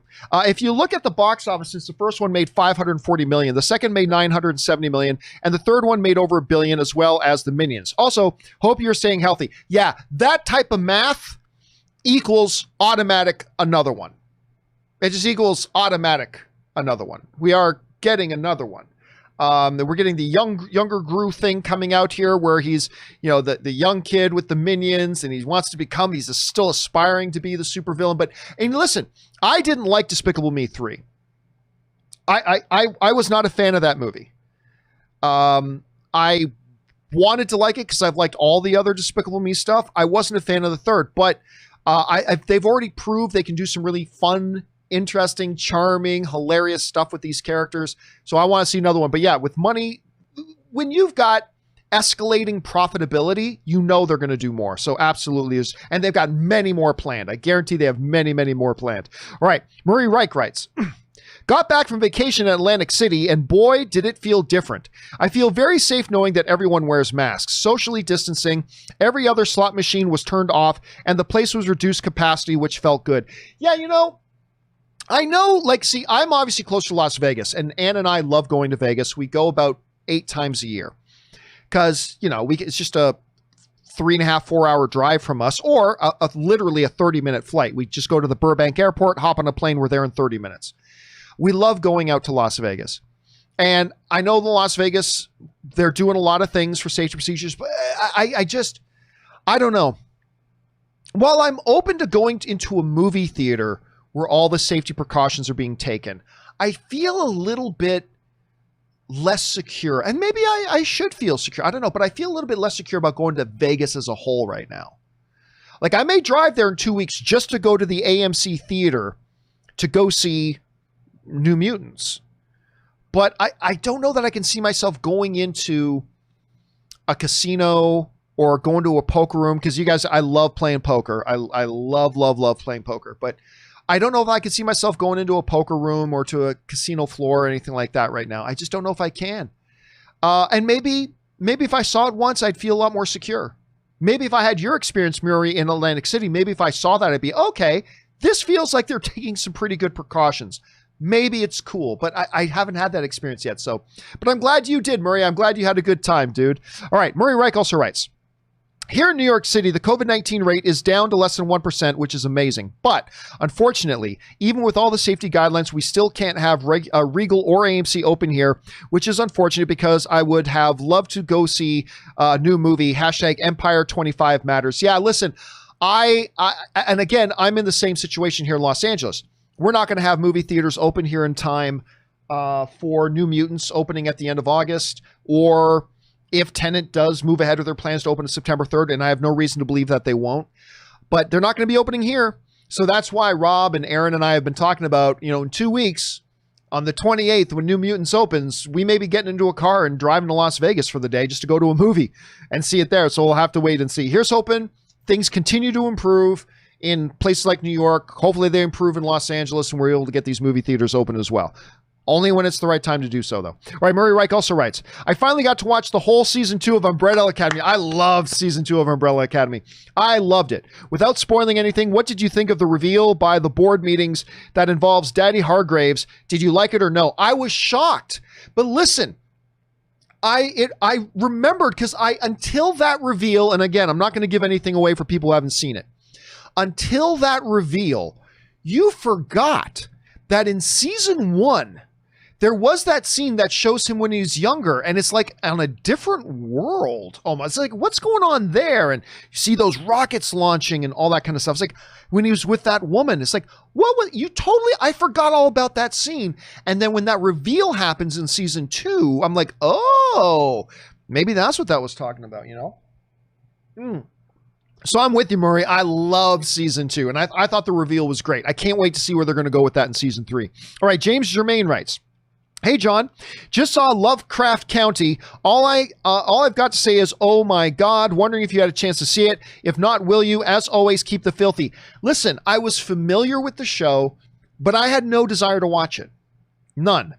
Then, yesterday, or 2 days ago, 2 things happened. One, I started hearing people talk about it and saying that it was fantastic. And then 2, my wife let me know that her friend, Jamie Chung, who was her sorority sister, that her friend Jamie Chung is in it. Now, of course, Jamie was recently in that X-Men TV series, Gifted. She played Blink in Gifted. I really like Jamie. I think she's an insanely talented person. I love watching her and all the stuff that she's in. But Anne let me know that she's actually in that show. I don't think in the first couple, she doesn't appear till like episode 5 or 6, but so those 2 things have gotten me interested. I think I may have to check it out, James. I think I may have to check it out. Thank you for the recommendation. All right, Sock writes, so after you hyped it so much, I figured I'd sit down and watch True Lies. Nice. And holy crap, was that action-packed. Helen's fake mission was pretty weak and convoluted to me, but if that was the cost of seeing Jamie Lee Curtis dance, then I can live with that. I thought her whole thing was fantastic. True Lies is my all-time favorite action movie because it's everything an action movie should be. Great action, great one-liners, mixed in with humor. I love that movie. And Arnold and Jamie Lee Curtis in that together, kill it. Kill it.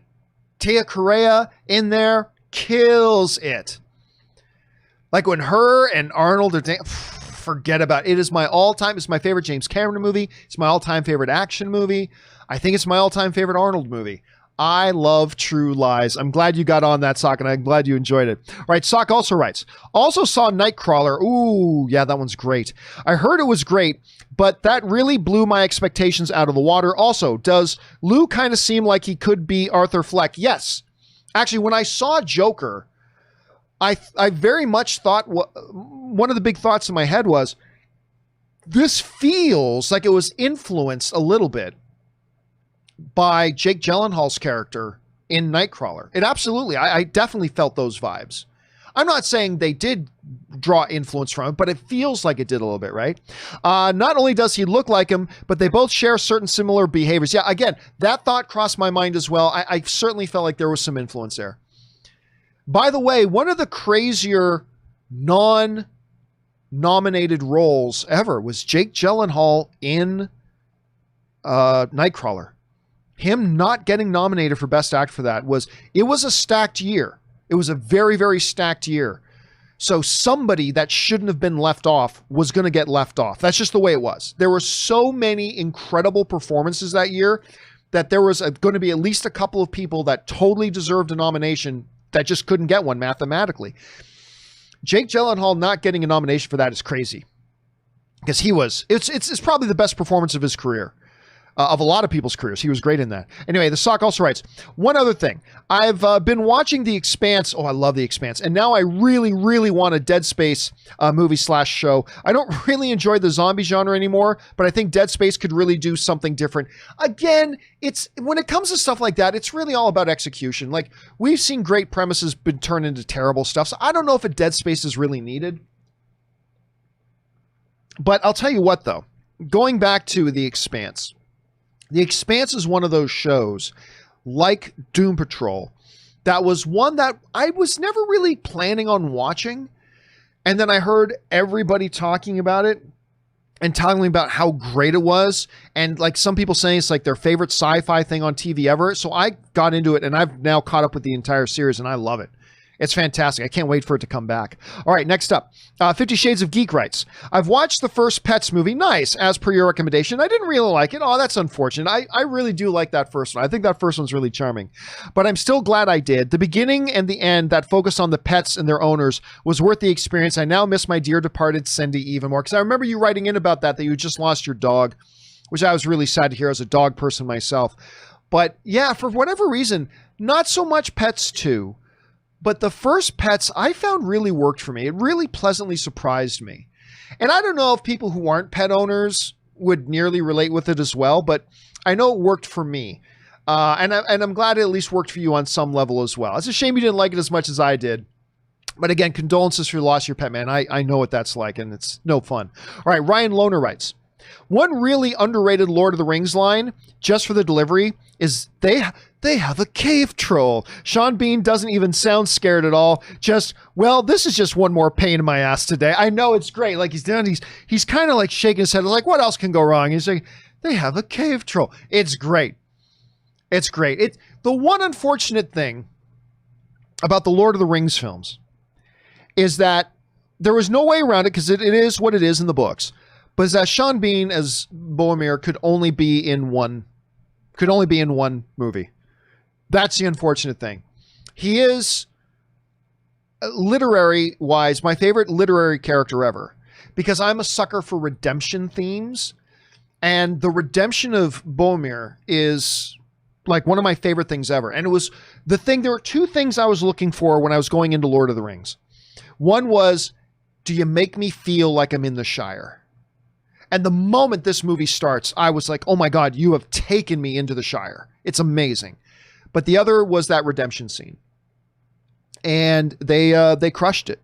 They absolutely crushed it. And it's just a shame we couldn't have gotten more of Sean Bean in the rest of those movies. All right, 50 Shades of Geek writes, I also started watching Stargirl after so many people on your show recommended it. I hated the pilot, but episode 2 was much better, and I'm going to keep watching and hoping it gets better. Yeah, I tried the first 2 or 3 episodes of Stargirl on the DC, on CW and whatever.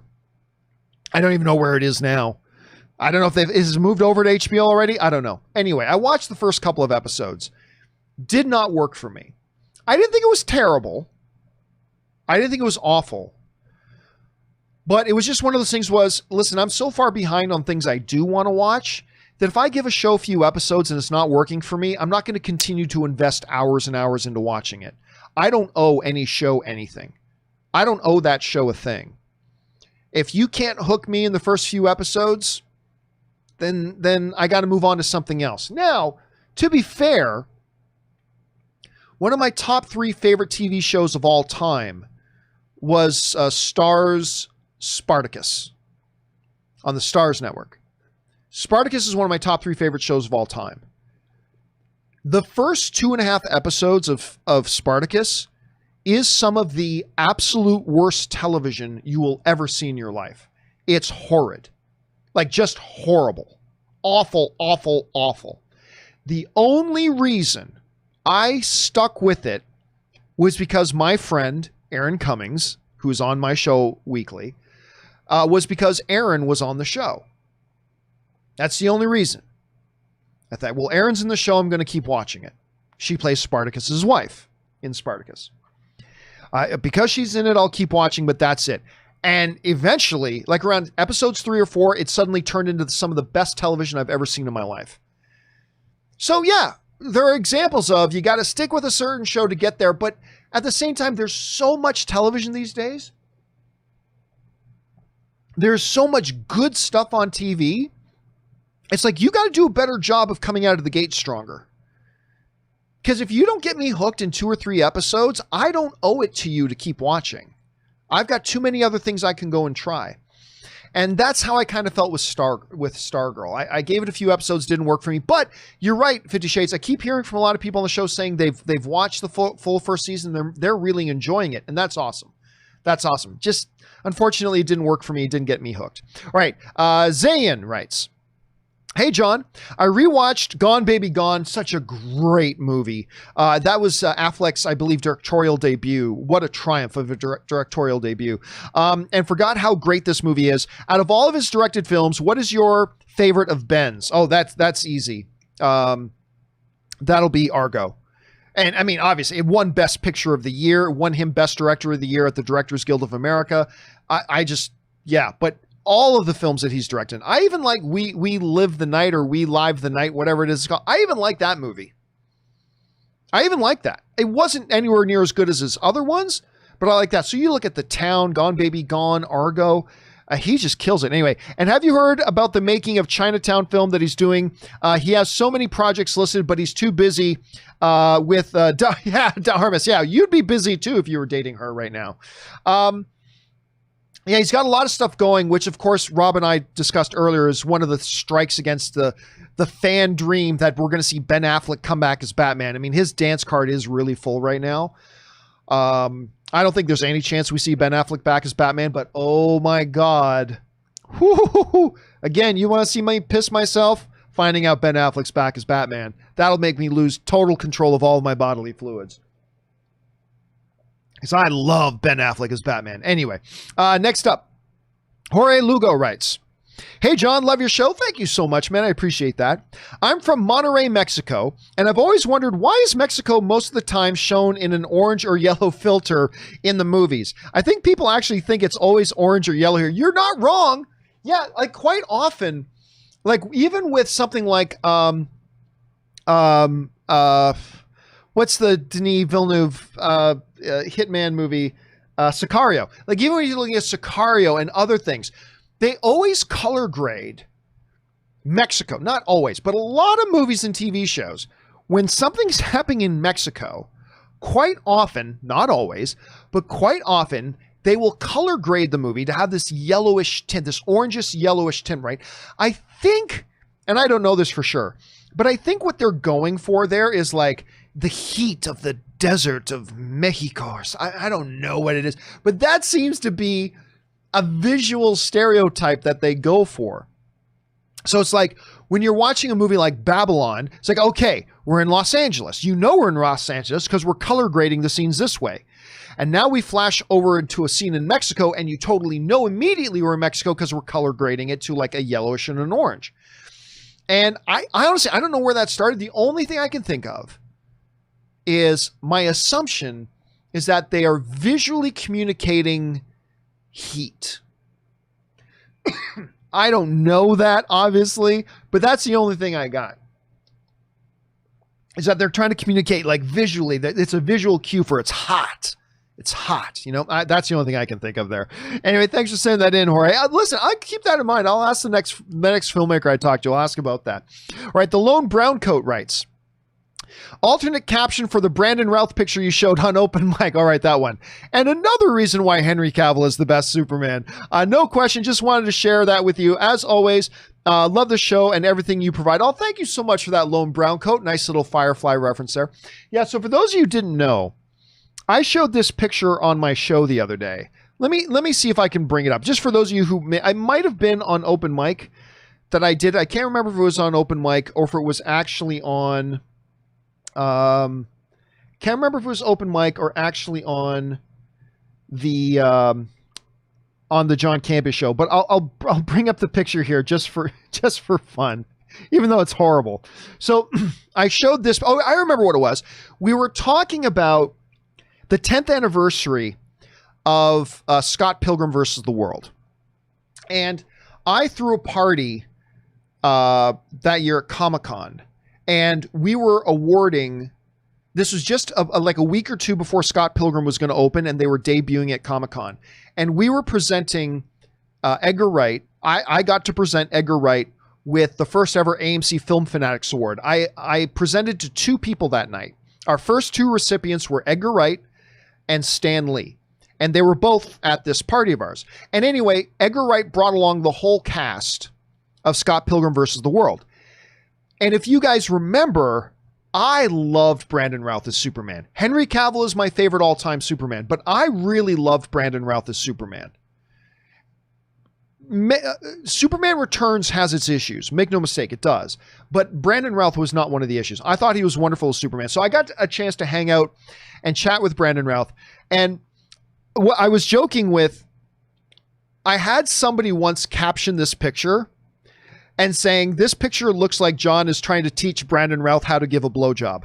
And it really does. It really does. Like, that's what I'm trying to explain to Brandon Routh. There's no getting away from that. That's what it totally looks like. So yeah, the other caption for the picture could probably be, this is why Henry Cavill is the best Superman. But I do love Brandon Routh, man. I love that dude. I think he's great. And the couple of times I've had the opportunity to get together and chat with him, always super nice, always wonderful dude.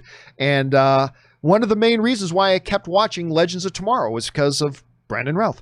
Anyway, okay, there's that. Let's move on here. Let's see. That was the Lone Brown Coat. And now we move on to Jesse, who writes, over the weekend, I watched my first DC animated film, Batman Year One, not a good one, and it was a waste of my time. I always thought you were being a bit facetious when talking about DC animated films, but for my small sample size, I was thoroughly disappointed. Yeah, listen, again, I'm not saying other people have to feel this way. There's a lot of people out there who really like the DC animated straight-to-home video stuff. While there are a few things here and there that are actually quite good, there are a couple of things that are actually quite good. Under the Red Hood was great. There are a few things, but some people say Mask of the Phantasm. That doesn't count because that was actually a full theatrical release. It wasn't a straight-to-home video thing. For the most part, DC and Marvel, by the way, don't let Marvel off the hook. DC and Marvel's straight-to-home video animated stuff is usually pure up shite. Like, just absolute shite. Just not good. And like Killing Joke. Oh God, I remember watching Killing Joke and thinking, this is garbage. Anyway, yeah, I don't like their straight to home video animated stuff. I wish I did, but I don't. Again, there are a few exceptions. There are some exceptions that are quite good. But for the most part, yeah, that's kind of my take on it as well. All right, next up, Movies Are Awesome writes, my local AMC in Mesquite, Texas is showing Return of the Jedi, nice, and Black Panther in Dolby for 15 cents each. Yep, that's what AMC is coming back with. We talked about that the other day. Each Thursday, Inception and Train to Busan in IMAX on Friday. So for all, a total of $20.30. Best double headers ever. What are your thoughts on best double header? Well, I mean, getting good double headers is not just about watching great movies. It's about watching movies that really complement each other as well. And by the way, for all we know, we know Inception is great. Oh, you're talking about the original Train to Busan. I thought you were talking about the sequel, Peninsula. But that's a good double feature. Inception, Busan, great double feature. Listen, we've been talking about this for a few weeks, but one of the silver linings in this crap show of a pandemic is that we're getting to go back. If you live in an area where theaters are open, we're getting to go back and revisit some of these classic movies, some of these awesome movies which we may never have been able to watch on the big screen again. And being able to go watch Inception again on the big screen and Train to Busan. I never saw Train to Busan on the big screen. I was a little bit late to the Train to Busan party, so I watched it on home video. I would love to see that movie on the big screen. So that is pretty awesome, and I'm a little bit jealous, Movies Are Awesome, that you're getting to watch it in theaters. All right, Bojax writes, good morning, John. Good morning, Bojax. Did you hear the news that Jensen Ackles will be joining season 3 of The Boys? We talked about that right off the top. Nice to see he'll be following up his epic run on Supernatural by appearing on a show that's shaping up to be epic as well. Already excited for season 3. Me too, man. And it's great because, Jared Padalecki, he's Texas Walker, Texas Ranger. He's going to be in the reboot. He's starring in the reboot of that. It's nice to see Jensen getting his next thing lined up as well. And the fact that he's playing a Captain America spin-off character, since he was in the running to be Captain America before, is pretty appropriate, I think. I was very, very excited to hear that news, Bojax. All right. Estevel writes, so I watched Project Power. Not going to lie, I was entertained. Good for you, man. That's awesome. But that's all. I really love the concept, but it was so poorly executed. If I was Netflix, I would turn this into a series. There was so much to see. The possibilities are endless. I don't know if the possibilities were endless. Like, it just felt so, again, a badly conceived thing is going to be badly conceived, whether it's in one shot or spread over 9 episodes. I just found it very pedestrian. I found the whole thing very, very pedestrian. I wanted to like it. Again, it had its moments. I didn't hate it. But just another quickly forgotten Netflix original film. You know, it's really a shame too, because they're so good at their television stuff. I wish they had a better track record of their movie. Again, and they knock it out of the park once in a while with their movies. They do. I just would love to see them get their movie stuff on the level with their series stuff. It would be really great to see. All right, Cliff writes, have you watched the first season of Perry Mason? If so, what did you think? I watched the first 3 episodes and I didn't like it. Because when I was a kid, my mom would watch the reruns of Perry Mason all the time. And I really like the old reruns of Perry Mason. I'm a sucker for these legal procedurals. Turning him into a private eye and all that kind of stuff, I don't know. It just didn't work for me. Again, I gave it about 3 episodes and then I had to ditch on it. So maybe it gets great after that, but I was not impressed with what I saw. All right, guys, listen. We're all out of time today, but for the Living Tribunal, and Run D, Bojax, and onwards, do not worry. We will start off tomorrow's show with your live questions. So when we get to the live questions part of tomorrow's show, yours will be the first to get answered, and all the questions that got sent in will get answered properly. We're just going to have to wait till tomorrow because we've run out of time today, guys. Thank you so much for being here, guys. Thank you to all of you for being here and making this part of your day. Thanks to Robert Meyer Burnett for being here. You'll see him again back tomorrow, of course. And a special thank you to all you guys who sent in the live questions. Not just because you gave us great fun things to talk about, but you also supported this channel while you did it. And by the way, guys, don't forget, you can start sending in questions for the live questions part of the show right now at streamelements.com/movieblogtv/tip. That will do it for me, guys. Do the 4 main important things. Stay smart, stay safe, take care of yourselves, and please take care of the people around you. My name is John Campea, and until next time, my friends, bye-bye.